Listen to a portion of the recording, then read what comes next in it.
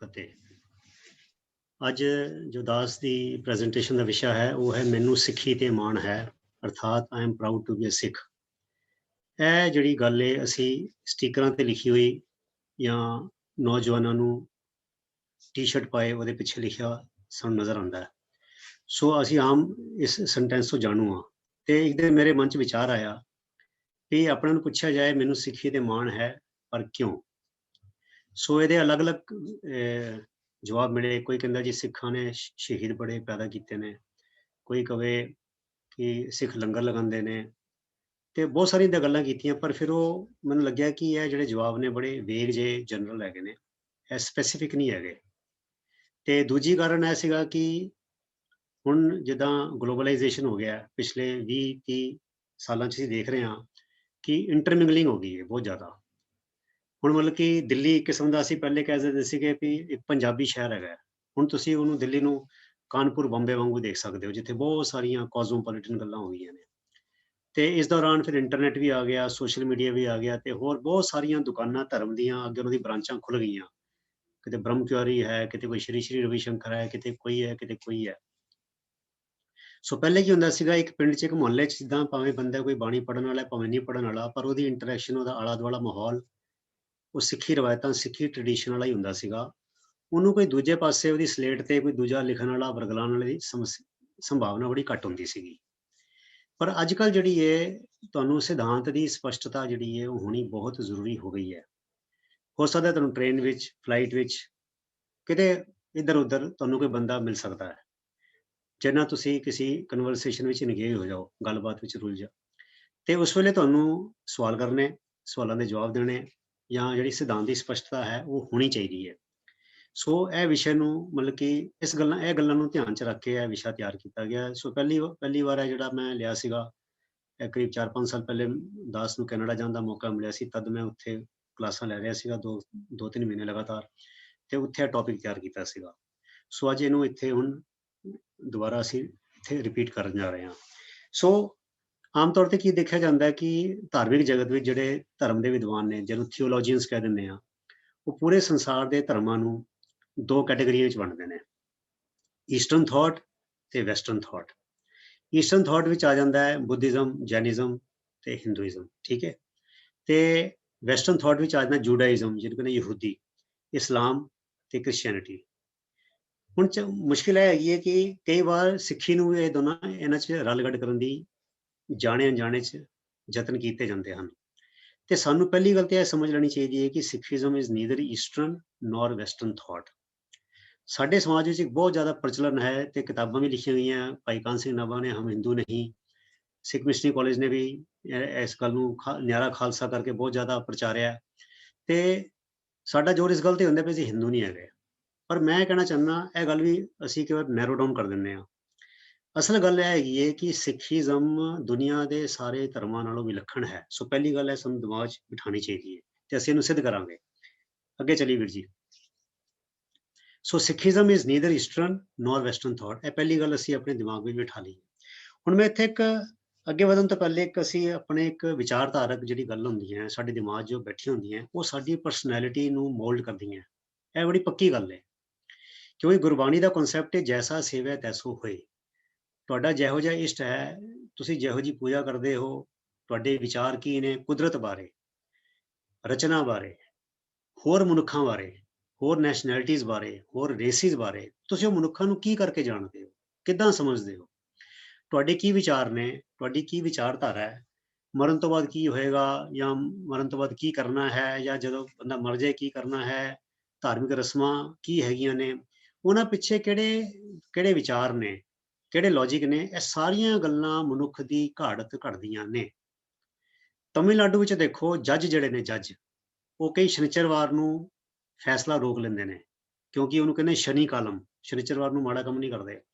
ਮੇਰੇ ਨਾਲ ਇੱਕ ਤਮਿਲਨਾਡੂ ਦਾ ਚੀਫ ਇੰਜੀਨੀਅਰ ਸੀਗਾ ਸ਼ਿਪ ਦੇ ਉੱਤੇ, ਬੜਾ ਹੀ ਬ੍ਰਿਲੀਅੰਟ, ਵੈਰੀ ਬ੍ਰਿਲੀਅੰਟ। ਉਹ ਕਾਫੀ ਪੜ੍ਹੇ ਲਿਖੇ ਤਾਂ ਹੁੰਦੇ ਨੇ, ਤੇ ਆਫਕੋਰਸ ਸ਼ਿਪਿੰਗ ਦਾ ਮੇਰੀਨ ਇੰਜੀਨੀਅਰ ਸੀਗਾ, ਤੇ ਉਹ ਇੰਜੀਨੀਅਰਸ ਵਿੱਚੋਂ ਵੀ ਬੜਾ ਇੱਕ ਚੰਗਾ ਇੰਜੀਨੀਅਰ। ਮੈਂ ਉਹਦੇ ਨਾਲ ਕੈਪਟਨ ਸੀਗਾ, ਤੇ ਉਹ ਬੜੇ ਫਖਰ ਨਾਲ ਕਹਿੰਦਾ ਸੀਗਾ ਕਿ ਉਹ ਜਿੱਲੇ ਕੋਈ ਇੰਜਨ ਦੀ ਓਵਰਹੋਲਿੰਗ ਕਰਨੀ ਹੈ ਜਾਂ ਕੋਈ ਇੰਜਨ ਦਾ ਵੱਡਾ ਕੰਮ ਕਰਨਾ ਹੈ, ਉਹ ਪੂਰਨਮਾਸ਼ੀ ਵਾਲੇ ਦਿਨ ਕਰਦਾ ਹੈ, ਮੱਸੇ ਵਾਲੇ ਦਿਨ ਨਹੀਂ ਕਰਦਾ। ਸ਼ਨੀਚਰਵਾਰ ਨੂੰ ਖਾਸ ਕੋਈ ਵਧੀਆ ਕੰਮ ਨਹੀਂ ਕਰਦਾ। ਤੇ ਉਹ ਮੰਤਰ ਜੰਤਰ ਤੰਤਰ ਸਾਰਿਆਂ ਵਿੱਚ ਬੜਾ ਵਿਸ਼ਵਾਸ ਕਰਦਾ ਸੀਗਾ, ਬਹੁਤ ਉਹਦੇ ਚ ਵਹਿਮ ਸੀਗਾ। ਹਾਲਾਂਕਿ ਉਹ ਸਾਇੰਸ ਦਾ ਆਫ ਕੋਰਸ, ਕਿਉਂਕਿ ਉਹ ਇੰਜੀਨੀਅਰ ਸੀਗਾ। ਸੋ ਮੈਂ ਇਧਰੋਂ ਇਹ ਕਹਿਣਾ ਚਾਹੁੰਦਾ ਵੀ ਜਿਹੜੀ ਸਾਡੀ ਇਹ ਸੁਰਤ ਹੈ, ਜਿਹਦਾ ਗੁਰੂ ਸਾਹਿਬ ਨੇ ਕਿਹਾ ਜੇ ਹੀ ਸੁਰਤ ਤੇਹਾ ਤਿਨ ਰਾਹ, ਅਰਥਾਤ ਜਿਸ ਤਰ੍ਹਾਂ ਦੀ ਮਨੁੱਖ ਦੇ ਸੁਰਤ ਵਿੱਚ ਵਿਚਾਰ ਹੋਣਗੇ ਉਸ ਤਰ੍ਹਾਂ ਦਾ ਹੀ ਰਾਹ ਉਹ ਬੰਦਾ ਇਖਤਿਆਰ ਕਰੇਗਾ। ਜਾਂ ਜੈਸੀ ਮਨਸਾ ਤੈਸੀ ਦਸ਼ਾ, ਮਨ ਦੀ ਜਿਹੋ ਜਿਹੀ ਅਵਸਥਾ ਹੋਏਗੀ ਉਹੋ ਜਿਹੀ ਦਸ਼ਾ ਹੀ ਉਸ ਮਨੁੱਖ ਦੀ ਹੋਏਗੀ। ਹੁਣ ਤੁਸੀਂ ਦੇਖੋ ਪੰਜਾਬ ਦੇ ਵਿੱਚ, ਹਾਲਾਂਕਿ ਉਹਨਾਂ ਦੀ ਗਿਣਤੀ ਘੱਟ ਹੈ ਹੁਣ, ਜੱਟ ਹਿੰਦੂ ਵੀ ਹੈਗੇ ਨੇ, ਉਹ ਵੀ ਉਹੀ ਲੱਸੀ ਪੀਂਦੇ ਨੇ, ਵਾਹੀ ਕਰਦੇ ਨੇ, ਉਹੀ ਕਣਕ ਖਾਂਦੇ ਨੇ, ਉਹੀ ਮੱਕੀ ਦੀ ਰੋਟੀ ਸਰੋਂ ਦਾ ਸਾਗ ਖਾਂਦੇ ਨੇ।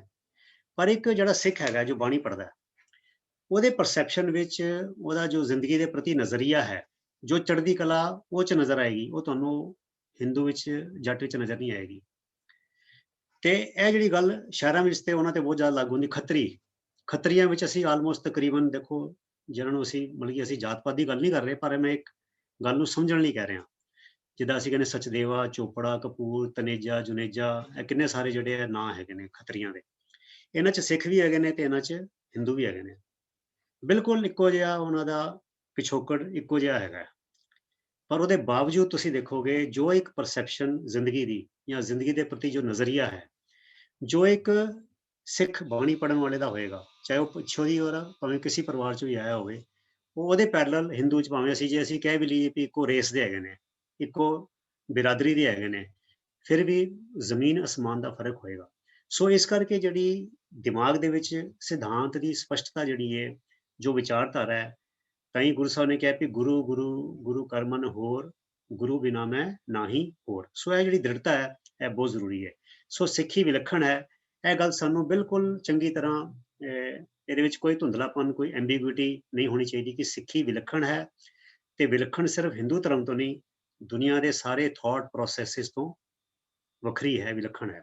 ਅੱਗੇ ਚਲੀਏ। ਹੁਣ ਜਿਵੇਂ ਐਗਜ਼ਾਮਪਲ ਲੈਂਦੇ ਹਾਂ, ਸਰਵ ਧਰਮ ਸੰਮੇਲਨ ਦਾ ਜਿਹੜਾ ਦੌਰ ਚੱਲਿਆ ਅਮਰੀਕਾ ਤੋਂ, ਇਹ ਕਿਉਂ ਚੱਲਿਆ? ਇਹਦਾ ਪਿਛੋਕੜ ਕਿਉਂ ਸੀਗਾ? ਕਿਉਂਕਿ ਲੋਕੀ ਇੱਕ ਧਰਮ ਦੇ ਦੂਜੇ ਧਰਮ ਨਾਲ ਨਫ਼ਰਤ ਕਰਦੇ ਸੀਗੇ। ਤੇ ਸਰਵ ਧਰਮ ਸੰਮੇਲਨ ਦਾ ਮਤਲਬ ਕੀ ਹੋਇਆ ਕਿ ਅਸੀਂ ਲੜਾਈ ਝਗੜੇ ਨਾ ਕਰੀਏ, ਸਾਰੇ ਧਰਮਾਂ ਦੇ ਲੋਕਾਂ ਨੂੰ ਸੱਦੋ ਤੇ ਅਸੀਂ ਰਲ ਮਿਲ ਕੇ ਰਹਿਣਾ ਸ਼ੁਰੂ ਕਰੀਏ। ਹੁਣ ਇਹਦੀ ਲੋੜ ਕਿਉਂ ਪਈ? ਇਹਦਾ ਮਤਲਬ ਇਹ ਵੇ ਕਿ ਉਹਨਾਂ ਧਰਮਾਂ 'ਚ ਪਹਿਲੀ ਇਹ ਵਿਤਕਰੇ ਦੀ ਗੱਲ ਸੀਗੀ। ਆਓ ਅੱਗੇ ਚਲੀਏ। ਹੁਣ ਅਸੀਂ ਜਿਹੜੇ ਗੁਰੂ ਗ੍ਰੰਥ ਸਾਹਿਬ ਜੀ ਦੀ ਬਾਣੀ ਪੜ੍ਹਦੇ ਹਾਂ, ਸਹਿਜ ਪਾਠ ਕਰਦੇ ਹਾਂ, ਤੇ ਇਹ ਸਰਵ ਧਰਮ ਸੰਮੇਲਨ ਤੇ ਹੁਣ ਸ਼ੁਰੂ ਹੋਏ ਕਰੀਬ 125 ਸਾਲ ਪਹਿਲਾਂ। ਤੇ ਗੁਰੂ ਸਾਹਿਬ ਕਹਿੰਦੇ ਨੇ ਮਨ ਆਪਣੇ ਤੇ ਬੁਰਾ ਮਿਟਾਨਾ, ਭੇਖੈ ਸਗਲ ਸ੍ਰਿਸ਼ਟ ਸਾਜਨਾ। ਸਗਲ ਸ੍ਰਿਸ਼ਟ, ਸਾਰੀ ਸ੍ਰਿਸ਼ਟੀ ਨੂੰ ਸੱਜਣ ਕਰਕੇ ਜਾਣਨਾ ਹੈ ਤੇ ਆਪਣੇ ਮਨ ਵਿੱਚੋਂ ਬੁਰਾਈ ਨੂੰ ਮਿਟਾਉਣਾ ਹੈ। ਦੂਜੇ ਦਾ ਬੁਰਾ ਚਿਤਵਣਾ ਨਹੀਂ, ਦੂਜੇ ਦਾ ਬੁਰਾ ਨਹੀਂ ਲੋਚਣਾ, ਤੇ ਸਾਰੀ ਸ੍ਰਿਸ਼ਟੀ ਨੂੰ ਇੱਕ ਕਰਕੇ ਜਾਣਨਾ ਹੈ, ਸੱਜਣ ਕਰਕੇ ਜਾਣਨਾ ਹੈ। ਤੇ ਇਹਦਾ ਆਧਾਰ ਕੀ ਹੈਗਾ? ਅਸੀਂ ਰੋਜ਼ ਸੋਹਲੇ ਸਾਹਿਬ ਦੀ ਬਾਣੀ 'ਚ ਪੜ੍ਹਦੇ ਹਾਂ, ਸਭ ਮੈਂ ਜੋਤ ਜੋਤ ਹੈ ਸੋਏ, ਤਿਸਦੇ ਚਾਨਣ ਸਭ ਮੈਂ ਚਾਨਣ ਹੋਏ। ਫਿਰ ਅੱਗੇ ਗੁਰੂ ਸਾਹਿਬ ਕਹਿੰਦੇ ਨੇ ਸਭ ਕੋ ਮੀਤ ਹਮ ਆਪਨ ਕੀਨਾ, ਹਮ ਸਭਨਾ ਕੇ ਸਾਜਨ। ਸੋ ਇਹ ਸਿਰਫ ਦੋ ਉਦਾਹਰਨਾਂ ਤੋਂ, ਜਾਂ ਅੱਗੇ ਹੋਰ ਉਦਾਹਰਣ ਵੀ ਆਉਂਦੇ ਨੇ, ਉਹ ਵੀ ਦੇਖ ਲੈਂਦੇ ਹਾਂ। ਪ੍ਰਭ ਜੀ ਤੋ ਪ੍ਰਸਾਦ ਭਰਮ ਡਾਰਿਓ, ਹੇ ਵਾਹਿਗੁਰੂ ਜੀ ਤੁਹਾਡੀ ਕਿਰਪਾ ਦੇ ਨਾਲ ਮੈਂ ਹੁਣ ਸਾਰਾ ਭਰਮ, ਭਟਕਣਾ, ਭੁਲੇਖਾ ਪਰੇ ਸੁੱਟ ਦਿੱਤਾ ਹੈ। ਚਲੋ ਵੀਰ ਜੀ ਅੱਗੇ। ਤੁਮਰੀ ਕਿਰਪਾ ਤੇ ਸਭ ਕੋ ਆਪਣਾ, ਮਨ ਮੈਂ ਇਹ ਵਿਚਾਰਿਓ। ਤੁਹਾਡੀ ਕਿਰਪਾ ਨਾਲ ਮੈਨੂੰ ਹੁਣ ਸਾਰੇ ਆਪਣੇ ਨਜ਼ਰ ਆਉਂਦੇ ਨੇ, ਮੈਨੂੰ ਕੋਈ ਪਰਾਇਆ ਨਜ਼ਰ ਨਹੀਂ ਆਉਂਦਾ। ਨਾ ਕੋ ਬੈਰੀ ਨਹੀਂ ਬੇਗਾਨਾ, ਸਗਲ ਸਗ ਹਮਕੋ ਬਣ ਆਈ। ਅਗਲੀ ਇੱਕ ਪੰਕਤੀ ਹੋਰ ਲੈ ਲਈਏ, ਨਾ ਕੋ ਮੇਰਾ ਦੁਸ਼ਮਣ ਰਿਹਾ। ਇਹ ਅੱਜ ਦੇ ਸੰਦਰਭ ਵਿੱਚ ਜੋ ਸਾਡੇ ਹਿੰਦੁਸਤਾਨ 'ਚ ਦੌਰ ਚੱਲਦਾ ਪਿਆ ਇਸ ਵੇਲੇ, ਖਾਸ ਤੌਰ ਤੇ ਜੋ ਮੌਜੂਦਾ ਜੋ ਨਿਜ਼ਾਮ ਜਿਹੜਾ ਚੱਲਦਾ ਪਿਆ, ਜਿਹਦੇ ਹੱਥ ਵਿੱਚ ਸੱਤਾ ਹੈ, ਉਹਦੇ ਸੰਦਰਭ ਵਿੱਚ ਇਹ ਗੱਲਾਂ ਬੜੀਆਂ ਢੁਕਵੀਆਂ ਹੈਗੀਆਂ ਨੇ ਤੇ ਸਾਨੂੰ ਸਾਰਿਆਂ ਨੂੰ ਇਹ ਕੰਠ ਕਰ ਲੈਣੀਆਂ ਚਾਹੀਦੀਆਂ ਨੇ। ਤੇ ਸਾਨੂੰ ਜਦੋਂ ਕੋਈ ਬੰਦਾ ਮਿਲੇ, ਪਾਰਕ ਵਿੱਚ ਮਿਲੇ, ਕਿਤੇ ਮਿਲੇ, ਜਦ ਨਾ ਕਿਤੇ ਗੱਲਬਾਤ ਹੋਏ, ਤੇ ਉਹਨੂੰ ਇਹ ਪੰਕਤੀਆਂ ਸੁਣਾਉਣੀਆਂ ਚਾਹੀਦੀਆਂ ਕਿ ਜਬ ਧਾਰੇ ਕੋ ਬੈਰੀ ਮੀਤ ਤਬ ਲਗ ਨਿਹਚਲ ਨਾਹੀ ਚੀਤ। ਸੋ ਨਾ ਕੋ ਮੇਰਾ ਦੁਸ਼ਮਣ ਰਿਹਾ, ਨਾ ਹਮ ਕਿਸਕੇ ਬੈਰਾਈ। ਨਾ ਤੇ ਮੇਰਾ ਹੁਣ ਕੋਈ ਦੁਸ਼ਮਣ ਰਹਿ ਗਿਆ ਤੇ ਨਾ ਅਸੀਂ ਕਿਸੇ ਦੇ ਵੈਰੀ ਹੈਗੇ ਹਾਂ। ਬਰਮ ਪਸਾਰ ਪਸਾਰਿਓ ਭੀਤਰ ਸਤਿਗੁਰ ਤੇ ਸੋਝੀ ਪਾਈ। ਵੀ ਸਤਿਗੁਰੂ ਨੇ ਮੈਨੂੰ ਇਹ ਸਮਝ ਦਿੱਤੀ ਹੈ ਕਿ ਵਾਹਿਗੁਰੂ ਇਹ ਜਿੰਨਾ ਵੀ ਹੈ ਦ੍ਰਿਸ਼ਟਮਾਨ ਜਗਤ ਦੇਖ ਰਹੇ ਹੋ, ਇਹ ਸਾਰਾ ਕੀ ਹੈਗਾ? ਬ੍ਰਹਮ ਦਾ ਆਪਣਾ ਪਸਾਰਾ ਹੈ, ਅਕਾਲ ਪੁਰਖ ਦੀ ਆਪਣੀ ਮੂਰਤ ਹੈ, ਜਗ ਸੱਚੇ ਕੀ ਹੈ ਕੋਠੜੀ, ਸੱਚੇ ਕਾ ਵਿਸ਼ਵਾਸ। ਸੋ ਇਹ ਚਾਰ ਉਦਾਹਰਨ ਜਿਹੜੇ ਅਸੀਂ ਗੁਰਬਾਣੀ ਚੋਂ ਲਏ ਨੇ, ਇਧਰੋਂ ਦੀ ਇਹ ਗੱਲ ਸਿੱਧ ਹੋ ਗਈ ਕਿ Guru Granth Sahib is itself a platform for mutual goodwill and harmony. ਤੇ ਇਹਦਾ ਮਤਲਬ ਇਹ ਹੋਇਆ ਕਿ ਸਿੱਖਾਂ ਨੂੰ ਕੋਈ ਇੰਟਰਫੇਥ ਪਲੇਟਫਾਰਮ ਦੀ ਲੋੜ ਨਹੀਂ ਹੈਗੀ। ਜਿਹੜੀ ਗੱਲ ਇੰਟਰਫੇਥ ਪਲੇਟਫਾਰਮ ਅੱਜ ਕਰ ਰਹੇ ਨੇ, ਉਹ ਗੱਲ ਤੇ ਗੁਰੂ ਸਾਹਿਬ ਨੇ ਮੁੱਢ ਤੋਂ ਹੀ ਸਾਨੂੰ 550 ਸਾਲ ਪਹਿਲੇ ਸਿਖਾ ਦਿੱਤੀ ਹੈ। ਤੇ ਜਿਹੜੀ ਅੱਜ ਦੇ ਪਲੇਟਫਾਰਮ ਜਿਹੜੇ ਬਣੇ ਨੇ, ਉਹ ਤੇ ਇੱਕ ਕਿਸਮ ਦੀ ਸਟ੍ਰੈਟਜੀ ਹੈ, ਇੱਕ ਐਡਜਸਟਮੈਂਟ ਹੈ, ਇੱਕ ਸਮਾਜਿਕ ਮਜਬੂਰੀ ਹੈ ਕਿ ਸਮਾਜ ਵਿੱਚ ਇਕੱਠੇ ਰਹਿਣਾ ਤੇ ਇਕੱਠੇ ਰਹਿਣ ਦੀ ਜਾਂਚ ਸਿੱਖੀਏ। ਪਰ ਉਹਦੇ ਪਿੱਛੇ ਜੋ ਗੁਰੂ ਸਾਹਿਬ ਨੇ ਨੁਕਤਾ ਸਮਝਾਇਆ ਹੈ, ਉਹ ਕੀ ਸਮਝਾਇਆ ਹੈ ਕਿ ਅਵਲ ਅੱਲਾ ਨੂਰ ਪਾਇਆ ਕੁਦਰਤ ਕੇ ਸਭ ਬੰਦੇ। ਸੋ ਜਦੋਂ ਤੱਕ ਮਨ ਵਿੱਚ ਇਹ ਗੱਲ ਨਹੀਂ ਬੈਠੇਗੀ ਕਿ ਜਿਹੜੀ ਜੋਤ ਮੇਰੇ ਵਿੱਚ ਹੈ ਉਹੀ ਜੋਤ ਸਾਰੇ ਮਨੁੱਖਾਂ ਵਿੱਚ ਹੈ, ਤਦੋਂ ਤੱਕ ਇਹ ਗੱਲ ਜੜੋਂ ਦੀ ਜਿਹੜੀ ਨਫ਼ਰਤ ਹੈ, ਵਿਤਕਰਾ ਹੈ, ਉਹ ਨਹੀਂ ਜਾਏਗਾ। ਸੋ ਸਾਨੂੰ ਇਹ ਗੱਲ ਗੱਜ ਵੱਜ ਕੇ ਕਹਿਣੀ ਚਾਹੀਦੀ ਹੈ ਕਿ ਗੁਰੂ ਗ੍ਰੰਥ ਸਾਹਿਬ ਆਪਣੇ ਆਪ ਵਿੱਚ, ਜਿੱਥੇ 35 ਮਹਾਂਪੁਰਖਾਂ ਦੀ ਬਾਣੀ ਹੈ, ਭਗਤ ਕਬੀਰ ਜੀ ਜੁਲਾਹਿਆਂ ਦੀ ਬਾਣੀ ਹੈ, ਭਗਤ ਨਾਮਦੇਵ ਜੀ ਛਿੰਬੇ ਦੀ ਬਾਣੀ ਹੈ, ਭਗਤ ਰਵਿਦਾਸ ਚਮਾਰ ਜੀ ਦੀ ਬਾਣੀ ਹੈਗੀ ਆ, ਫਿਰ ਆਪਣੇ ਭਗਤ ਰਾਮਾਨੰਦ ਜੀ ਬ੍ਰਾਹਮਣ ਦੀ ਬਾਣੀ ਹੈਗੀ ਹੈ, ਭਗਤ ਪਰਮਾਨੰਦ ਜੀ ਬ੍ਰਾਹਮਣ ਦੀ ਬਾਣੀ ਹੈਗੀ ਹੈ। ਸੋ ਤੁਸੀਂ ਦੇਖੋ ਕਿ ਉਹ ਉੱਥੇ ਜੋਗ੍ਰਾਫੀਕਲ ਵੈਰਾਈਟੀ ਵੀ ਬੜੀ ਹੈਗੀ ਹੈ, ਕਿੱਥੇ ਨਾਮਦੇਵ ਜੀ ਮਹਾਰਾਸ਼ਟਰ ਦੇ ਹੈ ਨਾ, ਤੇ ਧੰਨਾ ਜੀ ਰਾਜਸਥਾਨ ਦੇ, ਤੇ ਪੀਪਾ ਜੀ ਗੁਜਰਾਤ ਦੇ। ਤੇ ਉਸ ਤੋਂ ਬਾਅਦ ਫਿਰ ਉਹਨਾਂ ਦੀ ਸੋਸ਼ਲ ਸਟੈਂਡਿੰਗ ਵੀ ਦੇਖੋ, ਕਿਤੇ ਜੁਲਾਹੇ ਨੇ, ਕਿਤੇ ਰਾਜੇ ਮਹਾਰਾਜੇ ਵੀ ਹੈਗੇ ਨੇ, ਕਿਤੇ ਅਮੀਰ ਵੀ ਹੈਗੇ ਨੇ। ਗੁਰੂ ਸਾਹਿਬ ਜਿਹੜੇ ਸੀਗੇ ਉਹ ਸਾਰੇ ਬੜੇ ਰੱਜੇ ਪੁੱਜੇ ਪਰਿਵਾਰਾਂ ਤੋਂ ਸੀਗੇ। ਜਿਹੜੇ ਗੁਰੂ ਸਾਹਿਬ ਦੀ ਲਾਈਨੇਜ ਹੈਗੀ ਹੈ, ਉਹ ਸਾਰੇ ਬੜੇ ਵੈਲ ਟੂ ਡੂ ਸੈਟਲ ਸੀਗੇ। ਤੇ ਦੂਜੇ ਪਾਸੇ ਭਗਤ ਰਵਿਦਾਸ ਜੀ ਬਾਰੇ, ਭਗਤ ਨਾਮਦੇਵ ਜੀ ਵਰਗੇ। ਸੋ ਸੋਸ਼ਲ ਸਟੈਂਡਿੰਗ ਦੀ ਵੈਰਾਈਟੀ ਵੀ ਹੈਗੀ ਹੈ, ਜੋਗ੍ਰਾਫੀਕਲ ਵੈਰਾਈਟੀ ਵੀ ਹੈਗੀ ਹੈ। ਤੇ ਉਹ ਜਿਹੜੀ ਇੱਕ ਸਪੈਨ ਹੈਗਾ ਭਗਤ ਫਰੀਦ ਜੀ ਤੋਂ ਲੈ ਕੇ ਗੁਰੂ ਤੇਗ ਬਹਾਦਰ ਜੀ ਤੱਕ, ਇੱਕ ਬੜਾ ਵੱਡਾ ਜਿਹੜਾ ਵਿਜ਼ਡਮ ਦਾ ਜਿਹੜਾ ਹੈਗਾ। ਸੋ ਇਸ ਤੋਂ ਵਧੀਆ ਜਿਹੜਾ ਇੱਕ ਸਾਨੂੰ ਉਦਾਹਰਣ ਮਿਊਚੁਅਲ ਗੁੱਡਵਿਲ ਐਂਡ ਹਾਰਮਨੀ ਦਾ ਹੋਰ ਕਿਤੇ ਨਹੀਂ ਮਿਲ ਸਕਦਾ, ਜੋ ਤਿਆਰ ਬਰ ਤਿਆਰ ਹੈਗਾ। ਤੇ ਸਾਨੂੰ ਇਹਨੂੰ ਇਸ ਤਰ੍ਹਾਂ ਹੀ ਪ੍ਰਮੋਟ ਕਰਨਾ ਚਾਹੀਦਾ। ਆਓ ਅੱਗੇ ਚੱਲੀਏ ਜੀ। ਹੁਣ ਇੱਕ ਸਵਾਲ ਇਹ ਪੈਦਾ ਹੁੰਦਾ ਹੈ, ਮੈਂ ਇੱਥੇ ਤੁਹਾਨੂੰ ਇੱਕ ਐਗਜ਼ਾਮਪਲ ਦਿੰਦਾ। ਅਸੀਂ ਇੱਕ ਐਗਜ਼ਾਮਪਲ ਲੈਂਦੇ ਹਾਂ ਕਿ ਇੱਕ ਮਾਰੂਤੀ ਕਾਰ ਹੈਗੀ, ਜਿਹੜੀ ਸਭ ਤੋਂ ਸਸਤੀ ਕਾਰ ਲੈ ਲਓ, ਕੋਈ ਨੈਨੋ ਕਾਰ ਲੈ ਲਓ, ਜਿਹੜੀ 1.5 ਲੱਖ ਰੁਪਏ ਦੀ, ਕੋਈ 2 ਲੱਖ ਦੀ ਆ ਜਾਂਦੀ ਹੈਗੀ, ਮੈਨੂੰ ਨਹੀਂ ਪਤਾ, ਬਿਕੋਜ਼ ਆਈ ਡੋਂਟ ਓਨ ਅ ਕਾਰ। ਮਤਲਬ ਕਿ ਅਮੰਗ ਦੀ ਚੀਪੈਸਟ ਕਾਰਸ ਅਗਰ ਦੇਖ ਲਈਏ, ਉਹ ਕਾਰ ਹੈਗੀ। ਤੇ ਇਹ ਕਾਰ ਅਸੀਂ ਕੋਈ ਬੈਂਟਲੇ ਲੈ ਲਈਏ, ਜਿਹੜੀ ਮੈਂ 5-6 ਸਾਲ ਪਹਿਲੇ ਟਾਈਮਸ ਆਫ ਇੰਡੀਆ 'ਚ ਪੜ੍ਹੀ ਸੀ ਕਿ ਉਹ 3.5 ਕਰੋੜ ਦੀ ਸੀ ਉਦੋਂ। ਹੁਣ ਪਤਾ ਨਹੀਂ ਕਿੰਨੇ ਕਰੋੜ ਦੀ ਹੋਏਗੀ, ਹੋ ਸਕਦਾ ਹੋਰ ਉਹ ਤੋਂ ਵੀ ਅਮੀਰ ਮਹਿੰਗੀਆਂ ਕਾਰਾਂ ਹੋਣ। ਹੁਣ ਮੰਨ ਲਓ ਇੱਕ ਸਭ ਤੋਂ ਸਸਤੀ ਕਾਰ ਵਾਲਾ ਬੰਦਾ ਉਹ ਮਹਿੰਗੀ ਕਾਰ ਵਾਲੇ ਬੰਦੇ ਨੂੰ ਕਹੇ, ਲੁੱਕ ਮੈਨ, ਤੇਰੀ ਕਾਰ 'ਚ ਵੀ 4 ਪਹੀਏ ਹੈਗੇ ਨੇ, ਮੇਰੀ ਕਾਰ 'ਚ ਵੀ 4 ਪਹੀਏ ਹੈਗੇ ਨੇ, ਤੇਰੀ ਕਾਰ 'ਚ ਵੀ ਸਟੀਅਰਿੰਗ ਹੈਗਾ, ਮੇਰੀ ਕਾਰ 'ਚ ਵੀ ਸਟੀਅਰਿੰਗ ਹੈਗਾ, ਤੇਰੀ ਕਾਰ ਵੀ ਪੈਟਰੋਲ ਨਾਲ ਚੱਲਦੀ ਹੈ, ਮੇਰੀ ਕਾਰ ਵੀ ਪੈਟਰੋਲ ਨਾਲ ਚੱਲਦੀ ਹੈ। ਤੇ ਐਕਚੁਅਲੀ ਤੇਰੀ ਕਾਰ ਵਿੱਚ ਔਰ ਮੇਰੀ ਕਾਰ ਵਿੱਚ ਕੋਈ ਫਰਕ ਹੀ ਨਹੀਂ ਹੈਗਾ। ਹੁਣ ਜਿਹੜੇ ਬੰਦੇ ਤੇ ਉਹ ਛੋਟੀ ਕਾਰ ਵਾਲੇ ਦੇ ਓਨਰ ਦੇ ਗਰੁੱਪ ਦੇ ਹੋਣਗੇ, ਉਹ ਤੇ ਬੜੇ ਖੁਸ਼ ਹੋਣਗੇ, ਲੈ ਵੀ ਸਾਡੀ ਕਾਰ ਨੂੰ ਉਹਨਾਂ ਦੀ ਕਾਰ ਨਾਲ ਰਲਾਤਾ। ਹਾਲਾਂਕਿ ਐਗਜ਼ਾਮਪਲ ਸਿਰਫ ਸਮਝਾਉਣ ਲਈ ਹੈਗਾ, ਮਤਲਬ ਕਿ ਐਗਜ਼ਾਮਪਲ 'ਚ ਬੜੀ ਖਾਮੀਆਂ ਨੇ, ਪਰ ਇੱਕ ਸਮਝਾਉਣ ਦੀ ਤਰੀਕਾ ਹੈ। ਪਰ ਜਿਹੜਾ ਉਹ ਗਰੁੱਪ ਦਾ ਕਾਰ ਦੇ ਬੰਦੇ ਹੋਣਗੇ, ਜਿਹੜਾ ਕੋਲ ਮਹਿੰਗੀ ਕਾਰ ਹੈ, ਉਹ ਇੱਕਦਮ ਤੈਸ਼ ਵਿੱਚ ਆ ਜਾਣਗੇ। ਉਹ ਕਹਿਣੇ ਕਮਾਲ ਦੀ ਗੱਲ ਹੈ ਯਾਰ, ਤੇ ਤੂੰ ਜਿਹੜੀ ਸਾਡੀ ਜਿਹੜੀ 23 ਲੱਖ 1.5 ਲੱਖ ਦੀ ਕਾਰ ਹੈ, ਤੂੰ ਇਹਨੂੰ ਸਾਡੀ ਕਾਰ ਜਿਹੜੀ 3-4 ਕਰੋੜ ਦੀ ਕਾਰ ਹੈਗੀ, ਇਹਨਾਂ ਕਿੱਦਾਂ ਰਲਾ ਸਕਦਾ? ਤੈਨੂੰ ਅਸੀਂ ਖੂਬੀਆਂ ਦੱਸਦੇ ਹਾਂ ਵੀ ਇਹ ਕਾਰ 3-4 ਕਰੋੜ ਦੀ ਕਿਉਂ ਹੈਗੀ ਹੈ, ਤੇਰੀ ਕਾਰ 'ਚ ਸਾਡੀ ਕਾਰ 'ਚ ਕੀ ਫਰਕ ਹੈ। ਸੋ ਇਸੀ ਤਰ੍ਹਾਂ ਅੱਜ ਕੀਤਾ ਜਾਂਦਾ ਹੈ ਕਿ ਸਾਰੇ ਧਰਮਾਂ ਨੂੰ ਰਲਗੱਡ ਕਰਨ ਦੀ ਕੋਸ਼ਿਸ਼ ਕੀਤੀ ਜਾਂਦੀ ਹੈ, ਤਾਂ ਕਿ ਜਿਹੜੇ ਧਰਮਾਂ ਦੀ ਇੱਕ ਵਿਲੱਖਣਤਾ ਹੈ, ਖਾਸ ਤੌਰ ਤੇ ਸਿੱਖੀ ਦੀ, ਉਹਨੂੰ ਵੀ ਉਸੇ ਪਲੇਟਫਾਰਮ ਤੇ ਲੋ ਲੈਵਲ ਤੇ ਲਿਆ ਦਿੱਤਾ ਜਾਵੇ ਤੇ ਨਾਲ ਰਲਾ ਦਿੱਤਾ ਜਾਵੇ।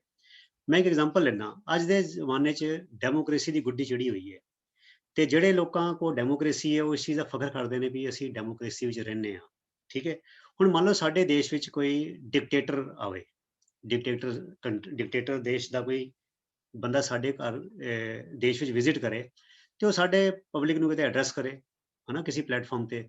ਉਹ ਕਹੇ, ਦੇਖੋ ਜੀ, ਮੈਂ ਦੇਖਦਾ ਵੀ ਤੁਹਾਡੇ ਵੀ ਇੱਥੇ ਰੈੱਡ ਲਾਈਟ ਤੇ ਸਾਰਾ ਟ੍ਰੈਫਿਕ ਰੁਕਦਾ ਹੈ, ਸਾਡੇ ਦੇਸ਼ ਵਿੱਚ ਵੀ ਰੈੱਡ ਲਾਈਟ ਤੇ ਸਾਰਾ ਟ੍ਰੈਫਿਕ ਰੁਕਦਾ ਹੈ, ਤੇ ਤੁਹਾਡੇ ਦੇਸ਼ ਵਿੱਚ ਵੀ ਜਿਹੜੇ ਚੋਰ ਨੇ, ਡਾਕੂ ਨੇ, ਉਹਨਾਂ ਨੂੰ ਫੜ ਕੇ ਜੇਲ੍ਹ 'ਚ ਡੱਕ ਦਿੱਤਾ ਜਾਂਦਾ ਹੈ, ਸਾਡੇ ਦੇਸ਼ ਵਿੱਚ ਵੀ ਚੋਰ ਡਾਕੂਆਂ ਨੂੰ ਫੜ ਕੇ ਜੇਲ੍ਹ ਵਿੱਚ ਡੱਕ ਦਿੱਤਾ ਜਾਂਦਾ ਹੈ। ਸਾਡੇ ਘਰ ਵੀ, ਸਾਡੇ ਦੇਸ਼ ਵਿੱਚ ਵੀ ਜਿਹੜੇ ਚੰਗੇ ਸਿਟੀਜ਼ਨਸ ਨੇ ਉਹਨਾਂ ਨੂੰ ਰਿਵਾਰਡ ਕੀਤਾ ਜਾਂਦਾ ਤੁਹਾਡੇ 'ਚ। ਤੇ ਇਸ ਕਰਕੇ ਡੈਮੋਕ੍ਰੇਸੀ ਉਹਦੇ 'ਚ ਤੇ ਡਿਕਟੇਟਰਸ਼ਿਪ ਤੁਹਾਡੇ ਦੇਸ਼ ਵਿੱਚ ਤੇ ਸਾਡੇ ਦੇਸ਼ ਵਿੱਚ ਬਹੁਤਾ ਫਰਕ ਨਹੀਂ ਹੈਗਾ। ਹੁਣ ਇਹ ਗੱਲ ਸੁਣ ਕੇ ਜਿਹੜੇ ਡੈਮੋਕ੍ਰੇਸੀ ਵਾਲੇ ਬੰਦੇ ਹੋਣਗੇ, ਉਹ ਨੈਚੁਰਲੀ ਬੜੀ ਤਿੱਖੀਆਂ ਟਿੱਪਣੀਆਂ ਕਰਨਗੇ ਵੀ ਇਹ ਬੰਦੇ ਨੇ ਜਿਹੜੀ ਹੈ ਐਨੋਲੋਜੀ, ਜਿਹੜਾ ਸਿੱਧ ਕਰਨ ਦੀ ਕੋਸ਼ਿਸ਼ ਕੀਤੀ ਹੈ, ਇਹ ਤਰੀਕਾ ਕਿੰਨਾ ਗਲਤ ਹੈ। ਸੋ ਅੱਜ ਧਰਮਾਂ ਨੂੰ ਵੀ ਇਸੇ ਤਰ੍ਹਾਂ ਕੰਪੈਰੀਜ਼ਨ ਕੀਤਾ ਜਾ ਰਿਹਾ ਹੈ, ਬੜੀ ਸ਼ਰਾਰਤ ਦੇ ਨਾਲ, ਤੇ ਸਾਨੂੰ ਸਿੱਖਾਂ ਨੂੰ ਇਸ ਗੱਲ ਤੋਂ ਬੜਾ ਸੁਚੇਤ ਰਹਿਣਾ ਚਾਹੀਦਾ ਹੈ। ਅੱਗੇ ਚੱਲੀਏ ਜੀ।